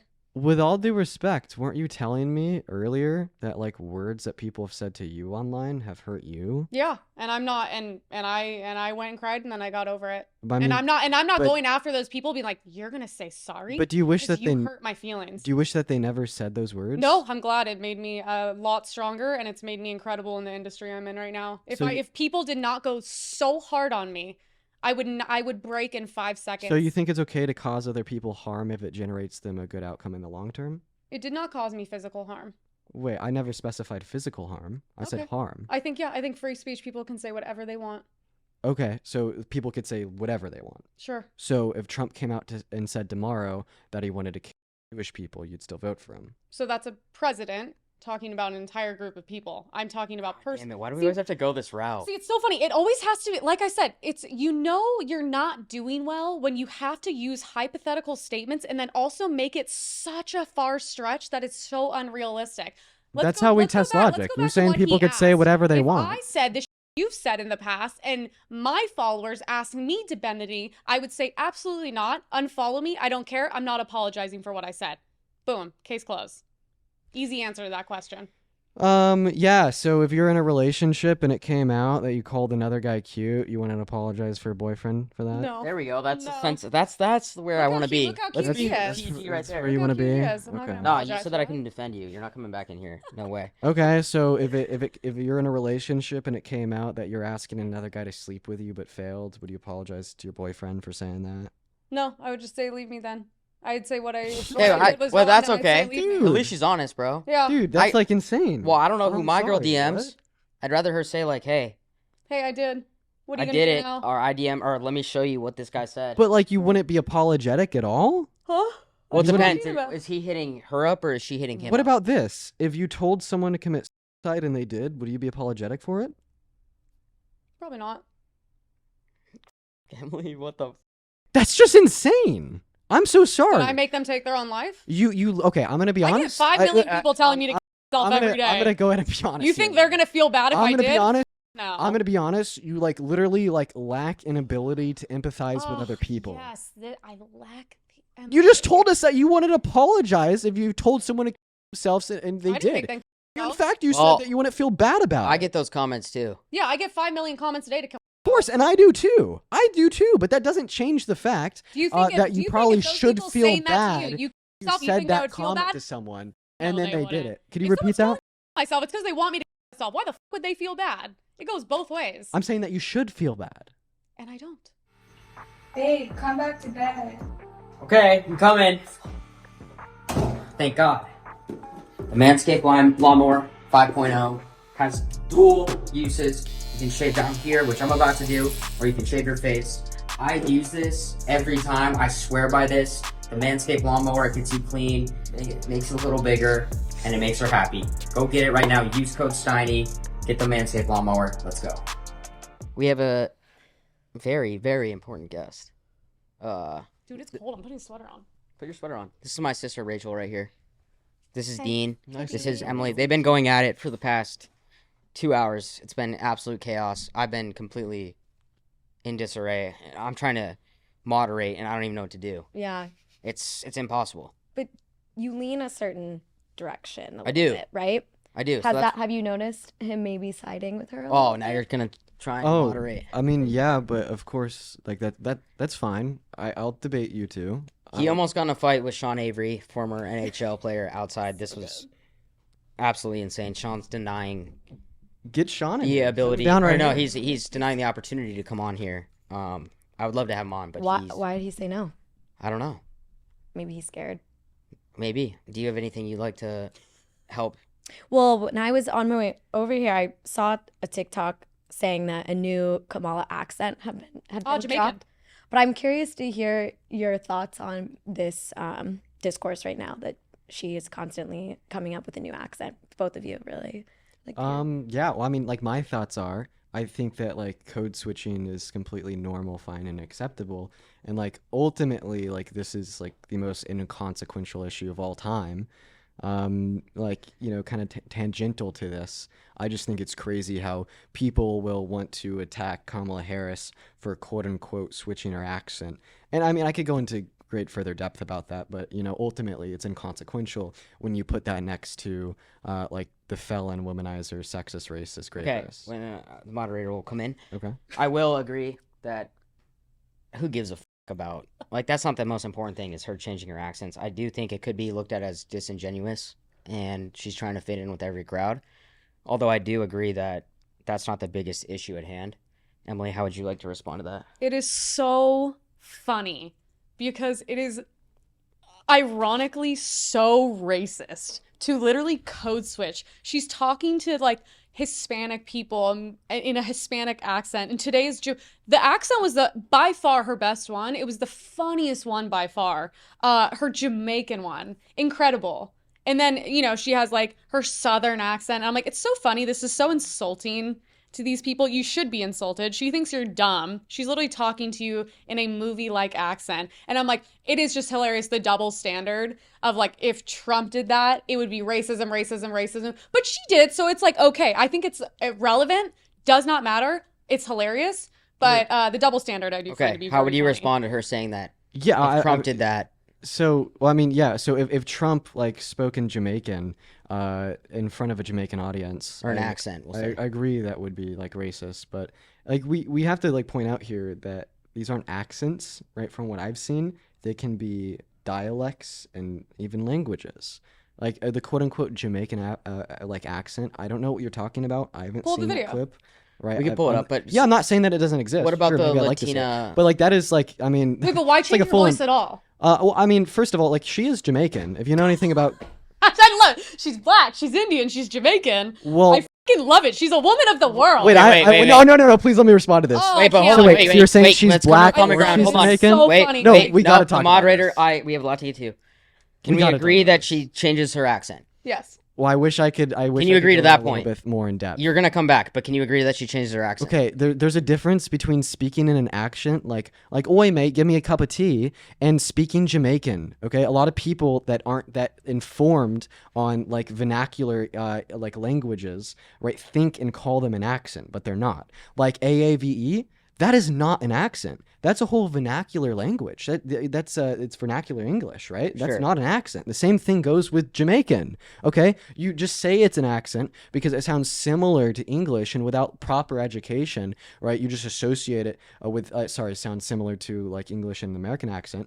You just associate it to being like a British accent, but that's also not the case. It's a language of its own, I right? didn't And say it was she's a British. Jamaican woman. Why is she I don't see changing any her issue accent? with her speaking in Jamaican in front of other Jamaican So disingenuous. individuals. If But Trump did that shit, it'd be racist. Do you agree? God, you told me earlier that you don't give a shit that he raped a woman. 'Cause he Okay, did we're it. not. Here you are we're not- sitting we can't, about we can't and go there. complaining. This is we're Also, staying you on don't, like, topic there's here. proof She's that changing you her don't know accent. that. That's No, a we're crazy saying thing no. to assume. Okay, see, this is what we're not gonna do. We're not gonna go back on that. We are Dirty talking internet about interview. Kamala's accent, addressing different crowds. How you're right. She's still speaking the English language, but she has a little accent. Can we agree on that? I don't. I'd have to see the clip of you saying that she's talking in a Jamaican accent, in Or front of a like when Jamaican she crowd. addressed the because it's Latino possible audience. that isn't even that's Jamaican. That she's literally speaking in. This another is something that's language. been clipped up and been going very viral on social media. So Yeah, I mean, I know I've seen the clips of like her speaking at a rally in Georgia when she was just speaking in AAVE. Right? There's nothing wrong with that. There's nothing racist about that. I agree with you. There's nothing like it's not the biggest issue at hand. It's not But an do you issue think at all. that It's do you just think funny. that it could come off to people as like all right, this lady's literally just trying to fit in. We don't really know who she is. Like, when you do see Donald Trump, he addresses every audience the exact same way, right? He doesn't change up. Well, I wouldn't treats say everybody. that's true.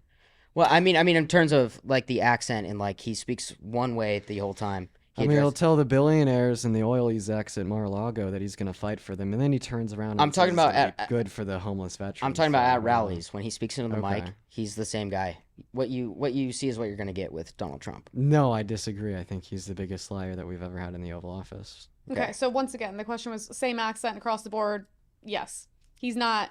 Oh, girl, like this is insane. Like this is it's literally comedic. But once again, it's like die hard, save your side. Anything they do is okay. If Trump did it, it would be the biggest thing today. You have seen it a million times by now. Because she did it, no one gives a shit. Next question. If Trump was a dumb question. If Trump was a black man and he spoke in AAVE, right, that would not be racist in the slightest. The most terminology. Okay, could we stop using terms like the No. Osler? No, free speech. Oh, okay. I mean, I just think like that's just like so weird and antisocial and like Don't care. bad. So what? He's the R word? Yeah. Is that what you're saying? Yeah, it's just Yeah. like it's Okay, just, yeah. like, it's bad. Jesus. All right, we're moving on. Yeah. Let's from go. that. Okay. Questions. I have a question.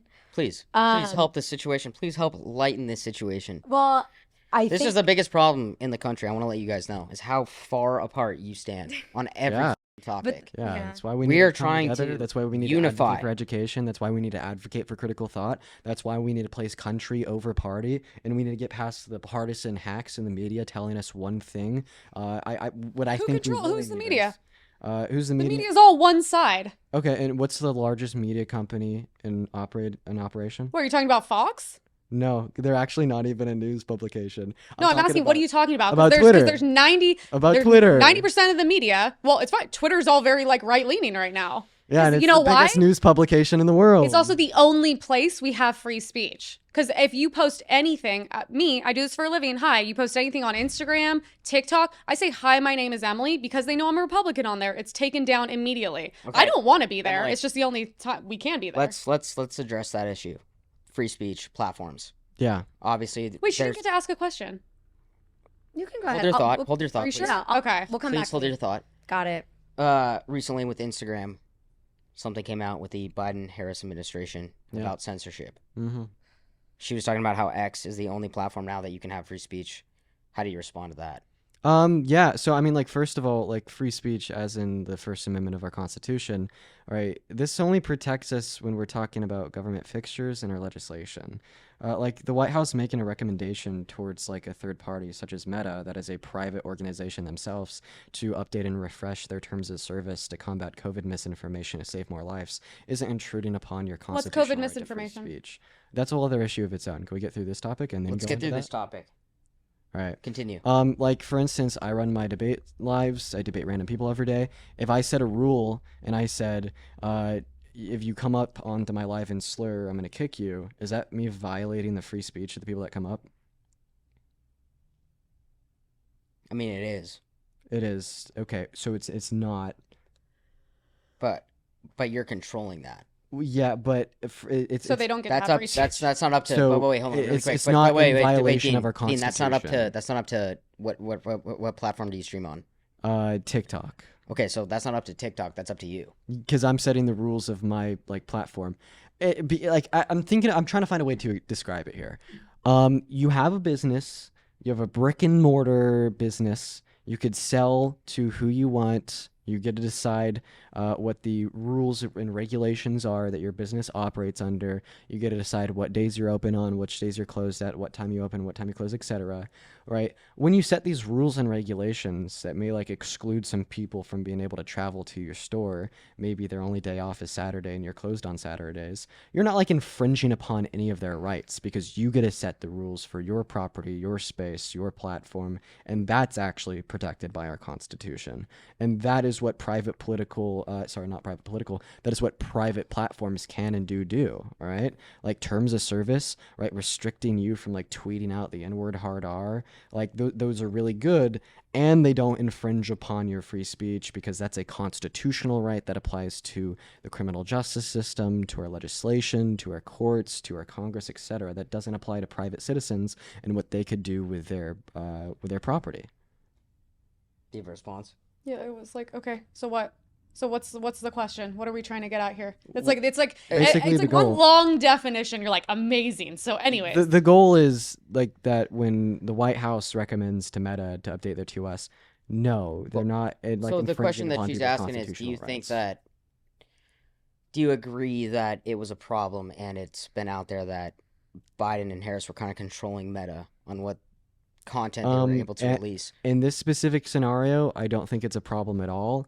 I'll be generous here, right? Could this ideologically be an issue if it were executed at a greater extent under greater means? Sure. Is it a constitutional problem? Not at all. Why? Why do you say that? Why is it not a constitutional problem? Because the Constitution, as I've already said, applies to legislation, courtrooms, and anything to do with our government or its fixtures. So who gives Meta the right to release what information they want to? Themselves? Right. So isn't that a free speech platform? Anyone can sign up. Anyone can say what they want. No, they can't. Why? Because of their terms of service. When you sign up for any platform like Facebook, But you know their Instagram, terms of Twitter, service? you agree to their terms of service. change every day. Okay.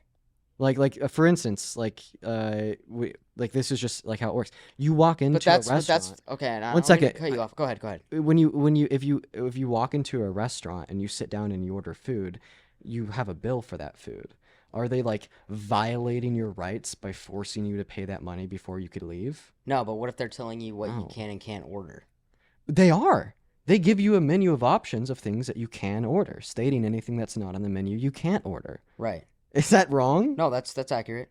Right. But so if you go that's through not a bad terms and thing. service, I don't think there was anything on there, or Mark Zuckerberg wouldn't have come out and said, "Hey, I was pressured." There's no one at the restaurant's pressuring you what to order and what not to order with a menu. Well, I listen. Like the deal is, the White House went to Meta. They asked them to update their terms of service to reflect these things. Meta could choose if they want to or not. Mark Zuckerberg probably said that he felt pressured. He did say that. Yeah. Like he probably said that he felt pressured.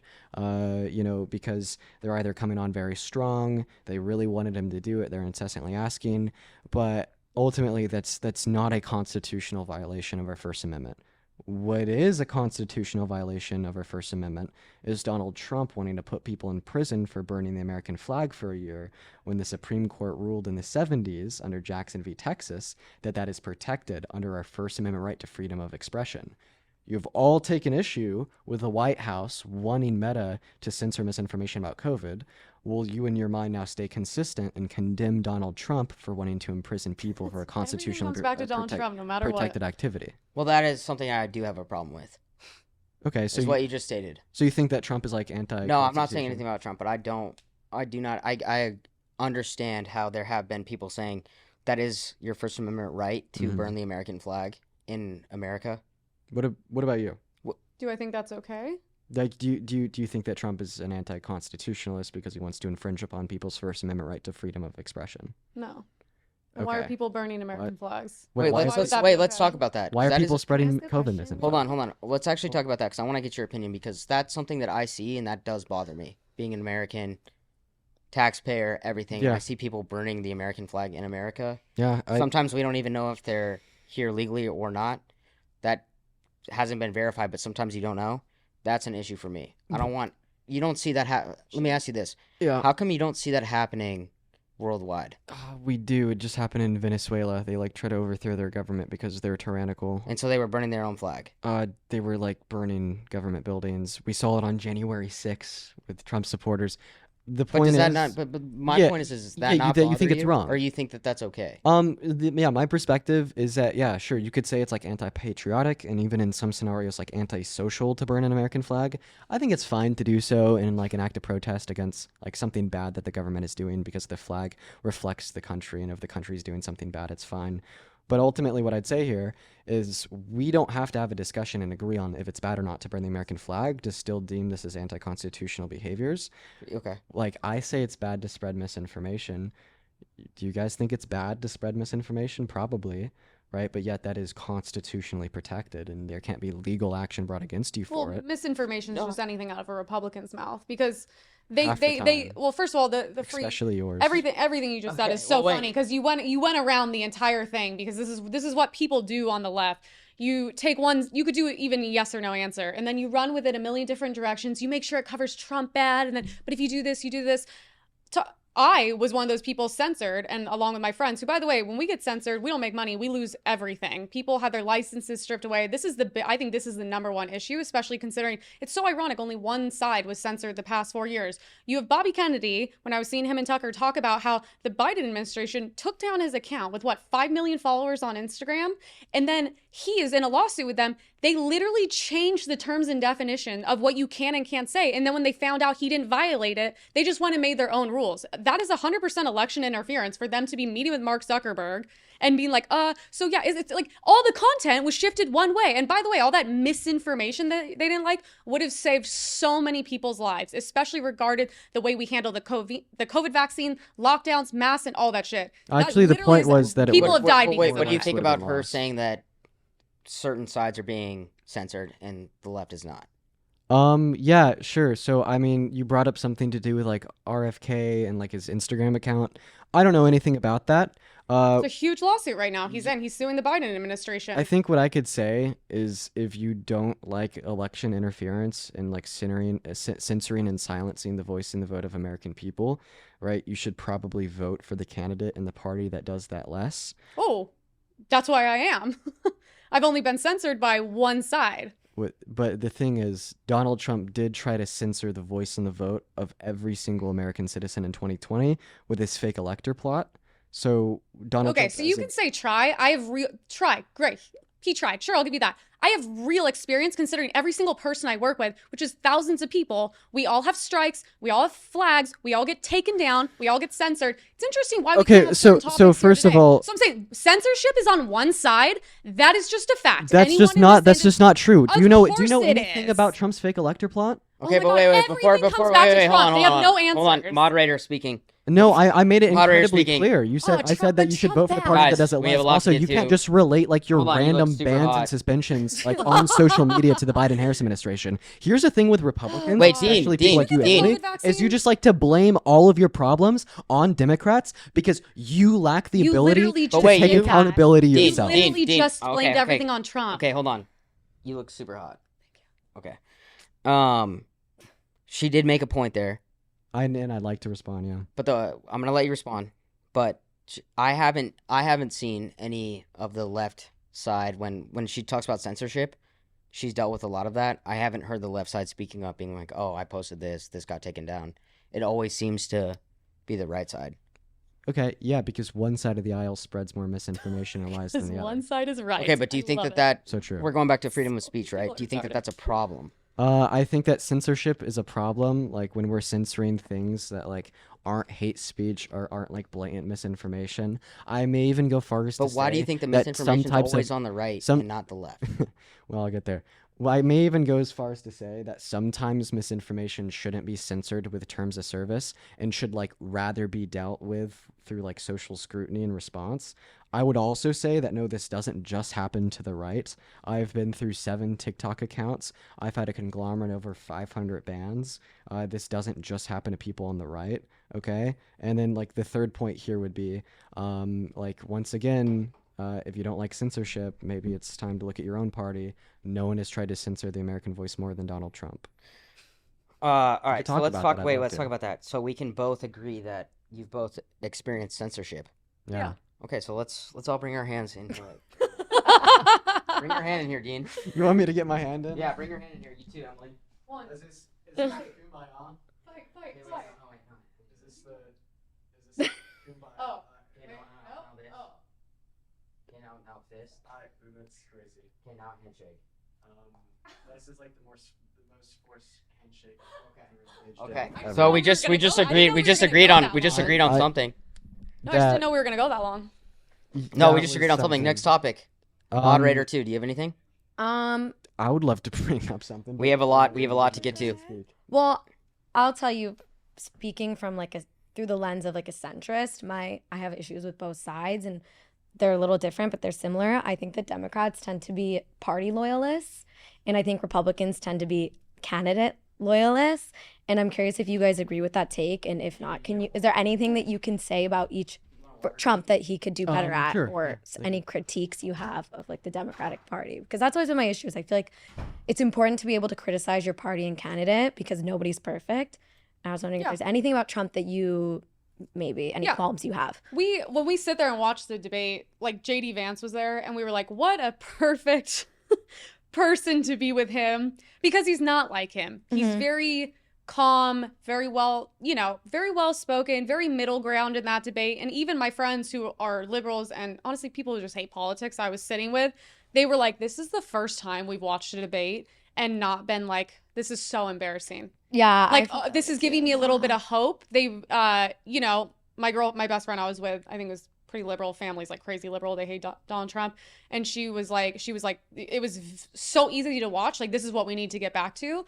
I'm not one of those people that's like diehard Trump. Of course he does things wrong. Everyone does things wrong. First of all, if you say that he doesn't do anything wrong, that means you are in the cult and there's a huge issue with that. You know what I mean? Yeah. So 100%. And if he, if he wins, whatever, anything he disagrees with, I'll be reporting on. And I'm going to 100%, if I disagree with it, say that and hold him to the standard he should be held to. So yeah, I'm not diehard for anything or anyone. Technically, my views are mostly libertarian. Small amount of government as humanly I do have to say, I kind of love that you're wearing a Trump hoodie right now on top of your Trump shirt. Do you mind if I test that you're not Oh, diehard? God, of course. Thank you, man. I appreciate it. It's just like so funny. It's such a simple question. Yes. Of course there's people in the party. Yes, am I going to criticize him? Absolutely. Do you mind if I test that, though? No, I do. We're moving on. Well, No, we're moving on. No, differently, because I asked the question if you're able to criticize Trump, and I'm wondering what qualms you have with the Democratic Party and what issues you have, and maybe you agree on those too. We're trying to unify. Yeah, that's what I'm aiming to do. And you guys are so far. Okay.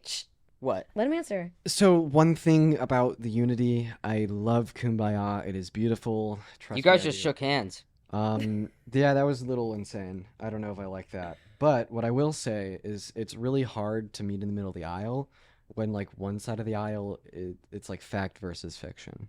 You know what I mean? And on some of these like hard issues, that is truly what it is, right? You're either in alignment with the truth or you're not, and there's no meeting in the middle of the aisle there. That's like if someone were to steal $500 from you, then try to give you back $250 to really meet in the middle. You deserve, right, $500 back in your bank account, just like the American citizens deserve the truth. Well, okay, So once again, this is a bias. You're saying one side lies, and it's not your side, and everything you guys say, all the fact checkers are correct, which have been proven not to be. The facts are correct. The fact checkers are, of course, on your side. Everything's on one side. Once again, this is why you can't even ask honest questions. So hold on. This side. So it's actually not what I said at all. Wait, hold on. I said that it's one fact side's versus one side's all facts, one side's lies. Let me guess which one you think that especially like is. when we're talking about some of the things that we already have. Well, she is saying that she feels as if one side, which you're directing the facts, Democrats. That is, yeah. Fiction is Wait, the Republicans. I think we need to clear that up. It's not like the Democrat Party is always right. That's not true. Like the Democrat Party has supported Israel. I don't like that. The Democrat Party, in like the 70s, pushed for racist legislation like the crime bill. I don't like that. I don't think that the Democrat Party nor the Republican Party is as focused on fixing the debt as much as they should be. I don't like that. I think that they could do more for marginalized communities. 100%. They could do more. Hold on. Both sides can definitely do more, but we're talking about facts and fiction. Yeah, you're saying any fact that comes out right now is a fact, and it's true. So we can can we both agree that some things the Republicans say, some things the Democrats say, a lot of it's going to be true, and a lot of it's not going to be true. Yes, on both sides. Can you agree with that? Yeah, sure. Like sometimes. So it's gonna happen either way. Like if we're Okay, kumbaya moment. But I think what I'm overwhelming trying to achieve here is that I definitely say that people that are voting for Kamala Harris are much more acquainted with reality than people who are not voting for Kamala Harris. I could also say here that when I say acquainted with the truth, I'm also going to be referencing like internal contradictions. So like maybe I hear a Republican contradict themselves more than I'd hear a Democrat contradict themselves. Off what experience you say that? Yeah, like for instance, you call yourself the Republican Party calls itself the party of law and order, then votes for a felon. They say they care about children without referencing Trump. Yeah, without referencing Trump. Okay, so like you're just removing pieces from the chess. Well, you're addressing a whole party And who's the champion of the party? You're right. So that It is represents every Trump, single but one of us? Yeah. That represents people who are voting for Trump, but yet still claim to be patriotic, caring about So children that's or one of my pertaining to problems law and order. because, and I'm gonna be honest, is because they always like the biggest problem with politics is there's always gonna be the what about this? This happened in the previous years. He's got this track record. She's got this track record. But if we're really focusing on what's at hand, that's not part of the issue. Okay, what's the issue? The issue is like we're talking about two candidates. We're not talking about stuff that happened 20 years ago because we could, like, people want to come at Kamala, right? About her previous history in San Francisco. There's allegations about her sleeping with the lawyer or the mayor, right? Mayor Willie Brown. Willie Brown. Sleeping with Willie Brown to promote herself to move up in the political industry, which who knows? And I'm not saying that that's the case, but I'm just saying that that's another allegation. There that was. I mean, we could talk. Do you want to talk about that allegation? Or No, I don't. No, it's I want to move. irrelevant. I want to move on. Yeah. Okay. Okay, we're gonna move on right now. We're picking back up here. This has been absolutely insane. We are getting there though. We are unifying the country right now. Can I ask And something? this is a completely different topic, and I'm gonna switch it up. Is that okay? Yeah, Are yeah, you man. okay with that? Yeah, I don't care. Ask away. What are your personal goals in life? To make the world around me a better place. Yeah, that's all. It's pretty simple. It's always been my personal goal. And how do you do that? Well, right now I'm kind of executing making the world around me a better place by advocating for people to engage in more critical thought. I mean, I've had plans in the past to do like things to do with philanthropy, but like ultimately I try not to place hard barriers on myself on what exactly I want to be doing by this date and by this age, because that kind of limits me from the other paths and walks of life that I could take to be like personally successful within my own. How do you define personal success?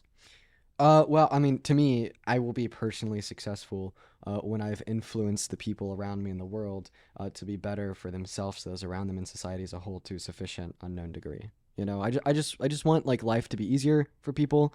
I want people to be happier, right? And I want society as a whole to be moving in a better direction than it is right now. And that's kind of how I define success. Okay, and so when you say right now, we're talking about Biden-Harris administration. Yeah, I don't think that like our current presidential admin, right, is the one guiding us in a direction. They can have influence on that as they have with their policy, but I'm also referencing like social norms that I wouldn't say have been caused, influenced, or directed by the Biden-Harris administration in an exemplary degree. We're talking about the beliefs held by the citizens of America. Sure, they've been improved by the Biden-Harris administration, but there still exists more progress to occur. Okay, and your response, personal success, your goals. Yeah. Get married, become a mom. I don't know if I want to stay in politics. I think I want to shift to health and wellness because it's the only thing that really matters. And then I want to get involved to go after anything with child trafficking. So people and companies I want to work with, and also get into regenerative farming as well. It's good, right? Yeah, I have a family. Personal goals. Do good. Yeah. That's it. We agree. Yeah. Personal goals are there Oh yeah, we have personal goals. that we agree on. Mm-hmm. Yeah. Do you see yourself having like a wife and kids, and Of course. You know, kids. what would that household look like at the Dean Withers? Jeez. You know, I know you're only 20 and you're Yeah, I don't know. you're if very. I don't know I want if to know. I want to tell you really quick. You're very sophisticated. You are very impressive. Thank you, man. I appreciate you. So I'm not gonna steer away from that, but I do want to see what the Dean household would look like.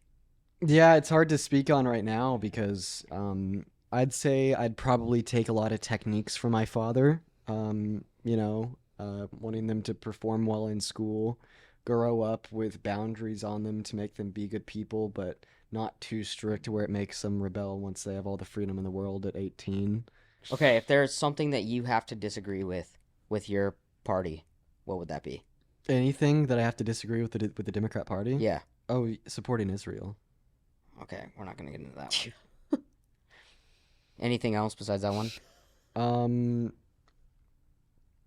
Like maybe I could say that they haven't done enough in a couple regards, but I'd say like that's the predominant issue. I'm sure that there's others that exist. I just may not be able to think of them on the spot. Okay. That is. I Wait, just no. The question is, insane. what would you disagree with your own political party? So many things. One that sticks out to you. I mean, abortion's an easy one. I mean, not Israel, giving money in general to other countries, the way we give money, the way, like, it's crazy we can just give unlimited money and it's not paid back in any matter.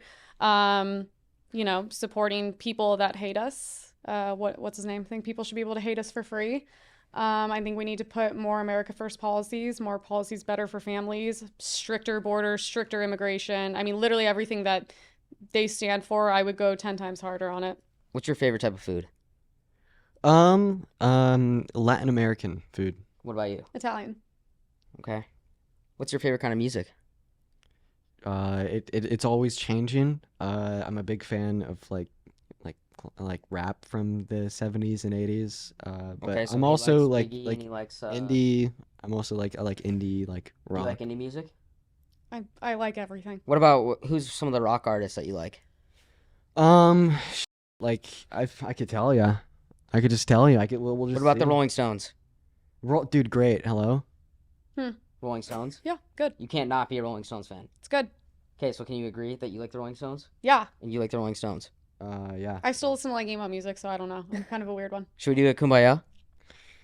I'm good. Okay. We could agree that we both like the Let's- Rolling Stones, though. Okay, we agree on something. We Yeah. agree on something. Hey, listen, I just think like the overwhelming point here is that like when we have these conversations, especially when it's like oriented around our political beliefs, our social and moral foundations, we are going to have a lot of very vehement and foundational disagreements. And I don't like it's okay That's to a say good thing, is it yeah, not? well, we could say that it's not an issue to have a dialogue about those disagreements. You know, I think it's good that people that would typically just remain in their echo chambers to not let their views be challenged by others that disagree can actually come to the table and have discourse. Like it's not a bad thing to be sitting here having these conversations. No, for it's a hours, great yeah. thing. It's a great thing. That was very well. That was very. Compliment him. No, I was not a compliment. Compliment But I was gonna say you sound like a politician, but that's not a compliment. Okay, but compliment him now. On what? Anything. Rolling Stones is great. Compliment her. No. Okay. See, this is libs. They're so. Okay, wait, they're so no, hateful. no, we have a new topic to get to. Let's talk about college education. You're a student. Yeah. Are you paying your own tuition? Yeah. Okay, did you go to college? No. Okay. How do you feel about the current education system when it comes to college? Paying your own tuition? What are you learning? Is it valuable? I mean, about like the price of college, like I think it's unfortunate that it's like inflated more than than the market, like exorbitantly higher. So than like in the last 50 years, it's gotten very expensive. I think that, you know, college can and is worth it. It creates like a massive ROI. Like if you compare like the median income of someone with a high school diploma without a degree compared to someone with a bachelor's, like the gap is huge. It Okay. only like increases for like a master's, etc. It's just an investment What do like you any think? other. Yeah, absolutely not. Unless you are going to become a doctor or lawyer, something that you absolutely need a degree in. College is a complete waste of time. This is a prime example. This is all they're doing in colleges is literally brainwashing you to hate yourself, hate your country, and this is literally just this. Everyone coming out of it is a psychopath. Do we level. agree that Wait, you said everyone coming out of school is a liberal? What do you think they're what- doing in school Wait, right hold now? on. What Wait. class teaches you to hate your country? No, what I think All of I them. think I think Name the one. main topic is, do we think that most of the universities, the teachers are more liberal than Republican? Of course they are. Statistically, that's true. That's a really weird way to call Republicans. Okay, hold on. But Why? Because they're not Dean, gonna. what do you think about that? Would you say that most of the teachers are I think that that's a fact. Right. I think that like the most right-leaning education field is economics. That's where like we have like more Republican professors, but still yet they only account for like 40%. Like vast majority of professors are liberal. Mhm. Do you think that that's a problem? No, I don't. Of Do you course think not. that That there's fits your any side. Emily, please, moderator. Do you think that there's any influence that could portray and be, let's say, students who are having all liberal professors, it's going to lead them towards that way and have a biased opinion? I have like some interesting thoughts on this. It's like, so when you tell me that a liberal professor is going to make a student lean to the left, right? All that, like, when I think of that in my head, it's like what like shit that made me lean to the left was just like like learning, analytically speaking, on why trickle down economics is bad and how that's something that the Republican platform upholds. So it's like a liberal professor could indoctrinate one of their liberal students in an econ class by just going over the historical trends of what happens when we decrease taxes on corporations. Like sometimes it is really just about like facts and general education and knowledge. Now, of course, right, people on the right side of the aisle are going to vehemently disagree with every word I just said, right? You think that it's indoctrination. You think that there's like lies and misinformation that's being spread and turned into propaganda to teach our youth. Show me it. I'd love to see it. Well, I think the main argument in that a lot of people that I'm friends with as well, who are like, yo, I went to school, I learned nothing about taxes. I learned nothing about starting a business. I didn't learn anything about these things. Mm-hmm. So it's almost as if you're taught not to do those things, or not educated on, oh, wait, I have a business. I can write this off. I can be taxed this way. Like that's Oh, for me is we an agree issue there. for people that a lot, like I have a personal friend Yeah. who told me like, yo, I started a business. I didn't know anything about taxes. And now he's paying, he's paying a We agree there, man. extraordinarily more amount Yeah, now. that's not a political issue. No, That's, but do you think that I that's a absolutely problem agree. with universities, that kind Oh, of stuff yeah. is not being taught? Oh, yeah. No, I agree. Yeah. But is that a left thing, or is that a right thing, or is I- that just not political? I don't think that's political. I just think that people aren't taught as much as they should be about personal finance. Okay, so that's something we should change. Yeah. Yeah, 110%. Yeah, 100%. There we go. There's two agrees. Well, I disagree There's with two literally agrees. everything before that, but yeah. Do you have anything Um, besides the fact that Emily, you look super hot? You got a guy? Yeah. Okay. what would you like to do after college? Sure, great question. Who knows? You know, I am a firm believer in the fact that you don't need to know exactly what you're going to do or where you're going to be or where you're going to go with a concrete set in stone plan. My whole thing is every day I just try to do something, anything to push me in a good direction.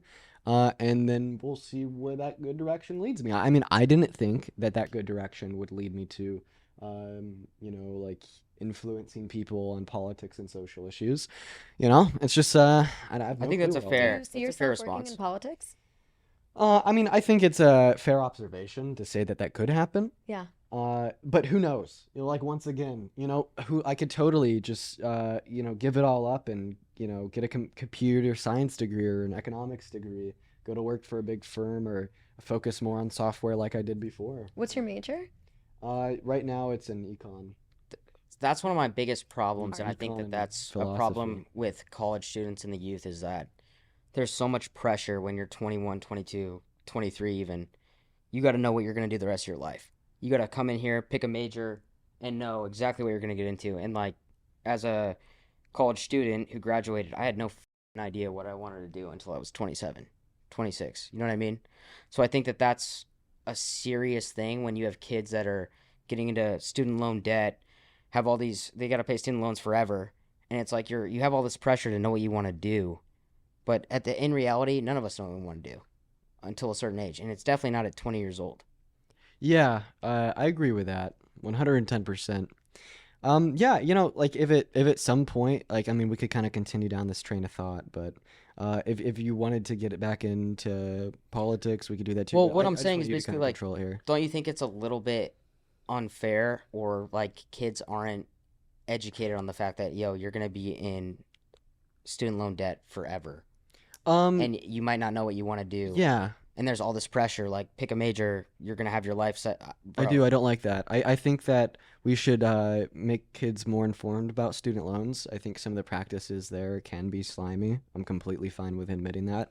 You know, like if you have a school counselor screaming at you to go to school, and then you have to click 2 check marks, and all of a sudden you have like $200,000 in government ran student loans. Yeah, it's a slimy practice. I feel like we should be better informing children.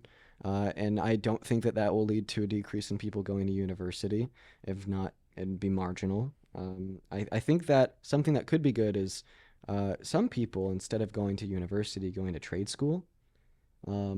I think trade school should be promoted to a higher degree than it is right now.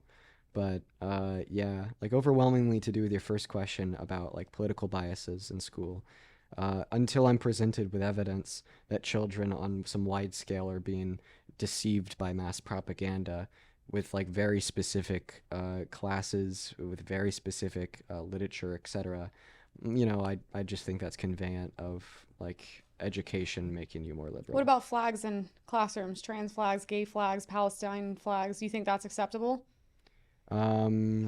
Yeah, of course. Really? And you don't think that's shifting children for teachers that are so pro those things to be speaking about it and having flags of it? Yeah, I don't think that a piece of fabric can make you gay, ma'am. No, Okay, but I think, that's not the question. Hold on. As a moderator, let me please intervene. I think that what we're all agreeing on is that the education system should be strict to certain rules, right? Why should one teacher be able to teach something that might be more personal or might be more political than another teacher who's going to stay out of politics and just teach the agenda? I'm not quite sure that we see like anybody so when you reference like the LGBTQ plus community, like how are like teachers teaching kids to be gay? Like that's not a thing. That's not being a member of like the LGBTQ plus community, like that's just conveyant of like a multiplicity of attributes, like who you're attracted to, who you're not attracted to, if your gender identity conforms and aligns with your But biological you would agree it sex makes or sense. not. They might But, be like, pushing what's the their own propaganda? agenda on So- children. What's the agenda? So- Please describe to me I what the think- agenda hold on, is. moderator. Because I don't know. I think that what she's saying is, let's say you have social studies at 4 p.m. and at 3 p.m. you have sociology, and at 3 p.m. you walk in and there's a pride flag or there's this flag, there's that flag, and then at the 4 p.m. there's no flags. So it's kind of like the teacher has that power to teach students something that might not be part of the school's agenda. So if one teacher has that ability and they're enforcing that on kids, is that a problem? I think that like teachers should only be teaching kids things that are good for the kids' education. I like the idea of having like formalized curriculum, because that's how we ensure that generations of kids are going to be best off. I think we need to make the curriculum better. Maybe like what I could say is that those things should be included in the curriculum to a higher degree than they are right now. Which things? I like promoting acceptance just through education about what being gay is, what it means, because I think that ultimately education defeats prejudice. So maybe what I could say is I see where you're coming from, but my response is those things just should be included in the curriculum. And I'm also like not quite sure what you guys mean when you say that children are being taught the gay agenda. Like what is the I don't gay think anyone agenda? said that. I'm just what I mean, she was saying she is did. based off of like a What's- teacher controls the classroom. So if there's certain flags on the wall that kids are going to see, be confused, not understand, and a teacher has that power to. Yeah, it's just promoting acceptance. I don't think anything's wrong with promoting well, acceptance in a there's classroom. acceptance and Like there's an for instance, agenda. we Yeah. have like signs on the walls in classrooms that say "Boo, bullying bad, stop bullying." Okay, Yeah. that's just Well, promoting acceptance and here's the thing, kindness. there's What's multiple- the difference between promoting acceptance and kindness by being anti-bullying Okay. and promoting acceptance and kindness by being I know. anti-homophobia? Okay, we get it because we understand your side. I have an issue. First of all, I actually spoke on a panel with moms. I work with moms. This is something I'm very passionate about. So I know what's going on in these schools. There's 100% agendas. They're pushed. They also don't want kids having phones and recording. Why is that? Because the teachers are promoting their agendas. Like what? There's a video. Let me get through it. You went on for a long time. I didn't interrupt.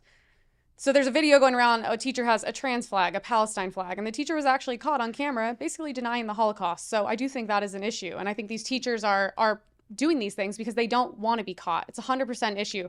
Yeah, I want no, an the American Holocaust is flag. bad. Let me finish. Do I you- want an American flag. I want nothing else in the classroom. Not only that, Planned Parenthood is now writing curriculums and parents are being denied seeing those curriculums. You know why? Because there's agendas in it. Also, a trans flag, a gay flag, that's sex. That is sex. Why are children being looped in with anything involved? The American flag does not represent sex. So why is that being looped in? Yeah, it's frankly it's pedophilia as well. When we're referencing like the LGBTQ plus flag in a classroom, right? We're not like using this flag to be to like promote like literal intercourse to like 13-year-olds, right? The goal would be is to promote acceptance of people who fall out of line with what you have been taught is the norm. Okay, like obviously 13. That's what the American flag's for. But I know What that I will like, say- We're all Americans. What I will say based That's off why there's what a he's flag. saying, 13-year-olds are there's gonna definitely cases where you are right, but there's also cases where the teacher influences may be harder than a different teacher. So it's situational based. Well, I mean, we could just say this. I don't think that there's anything wrong with promoting like acceptance and like moral virtues that are generally positive in a classroom, even if they're not in the curriculum. I think that's just a burden that educators have with who they're educating, especially when it pertains to our youth. I think that that burden could definitely encapsulate and include, right, teachers promoting inclusion of students that aren't straight, teachers promoting inclusions of students that aren't cis, among other things. And I mean, the fact that you'll sit here and be so damn disingenuous that a teacher saying that, you know, you shouldn't bully one of the students that isn't straight is promoting sex is outrageous. No, actually, by the way, before all the trans and all this stuff became the only thing to discuss, there was gay kids in my class and everyone knew, and if they were bullied, they would get in trouble, and there was an American flag in the room. We didn't have to have, this didn't all start when there was a trans flag. Like, it's one of those things where it's like, you guys are using that so when normal people with children who are worried because the teachers are talking to them Are you about saying being gay is sex, not normal? to some people it's not. Okay, why? Why? Yeah. Why am I going to speak on behalf of other people? Oh, is it normal to you? Sure, it's normal to me. It's not normal to other people. Oh, okay. We all have gay friends. So you think? Yeah. Okay, so you think that being? Do you think that being gay is wrong? No. Why Okay, do I you care? think I don't that care what there's- you do. Just don't talk to children about it.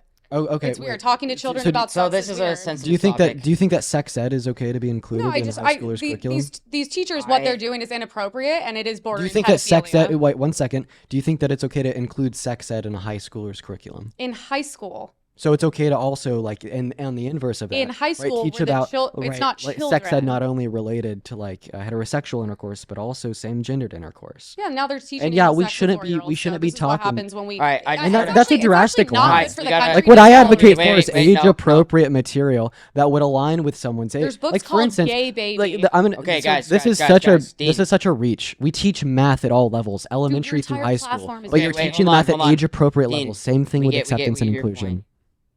I just got a text. We got to wrap up. So this has been insane. It's been 3 hours. Can I ask Wow. a question or no? What is it? No, I just No, I want to leave here on a good note. And I no, want no. you That's guys to why be I'm just friendly and I'm just happy. so curious at any point, and you'll cut this out because I know you won't be honest with this, but it's like any point in time, it's so funny because like, how much money are you making doing all these things? Does the Democratic Party pay you, endorse Okay, you? wait, so- on TikTok, you make money. Hold on. doing this. I'm gonna actually mediate this a little bit. What she is saying is, you make a lot of money. From her perspective, thinking about what you do, you stream, yeah, you go I on these mean, big YouTube No, channels. no, I'm asking. yeah, You make a I lot mean, of money doing this. A lot of people ask me about the income that I make. I mean, I wouldn't like talk about my income But do you think that's to an a group issue? of my And like. it might influence No, I you? don't think it is at all. Okay.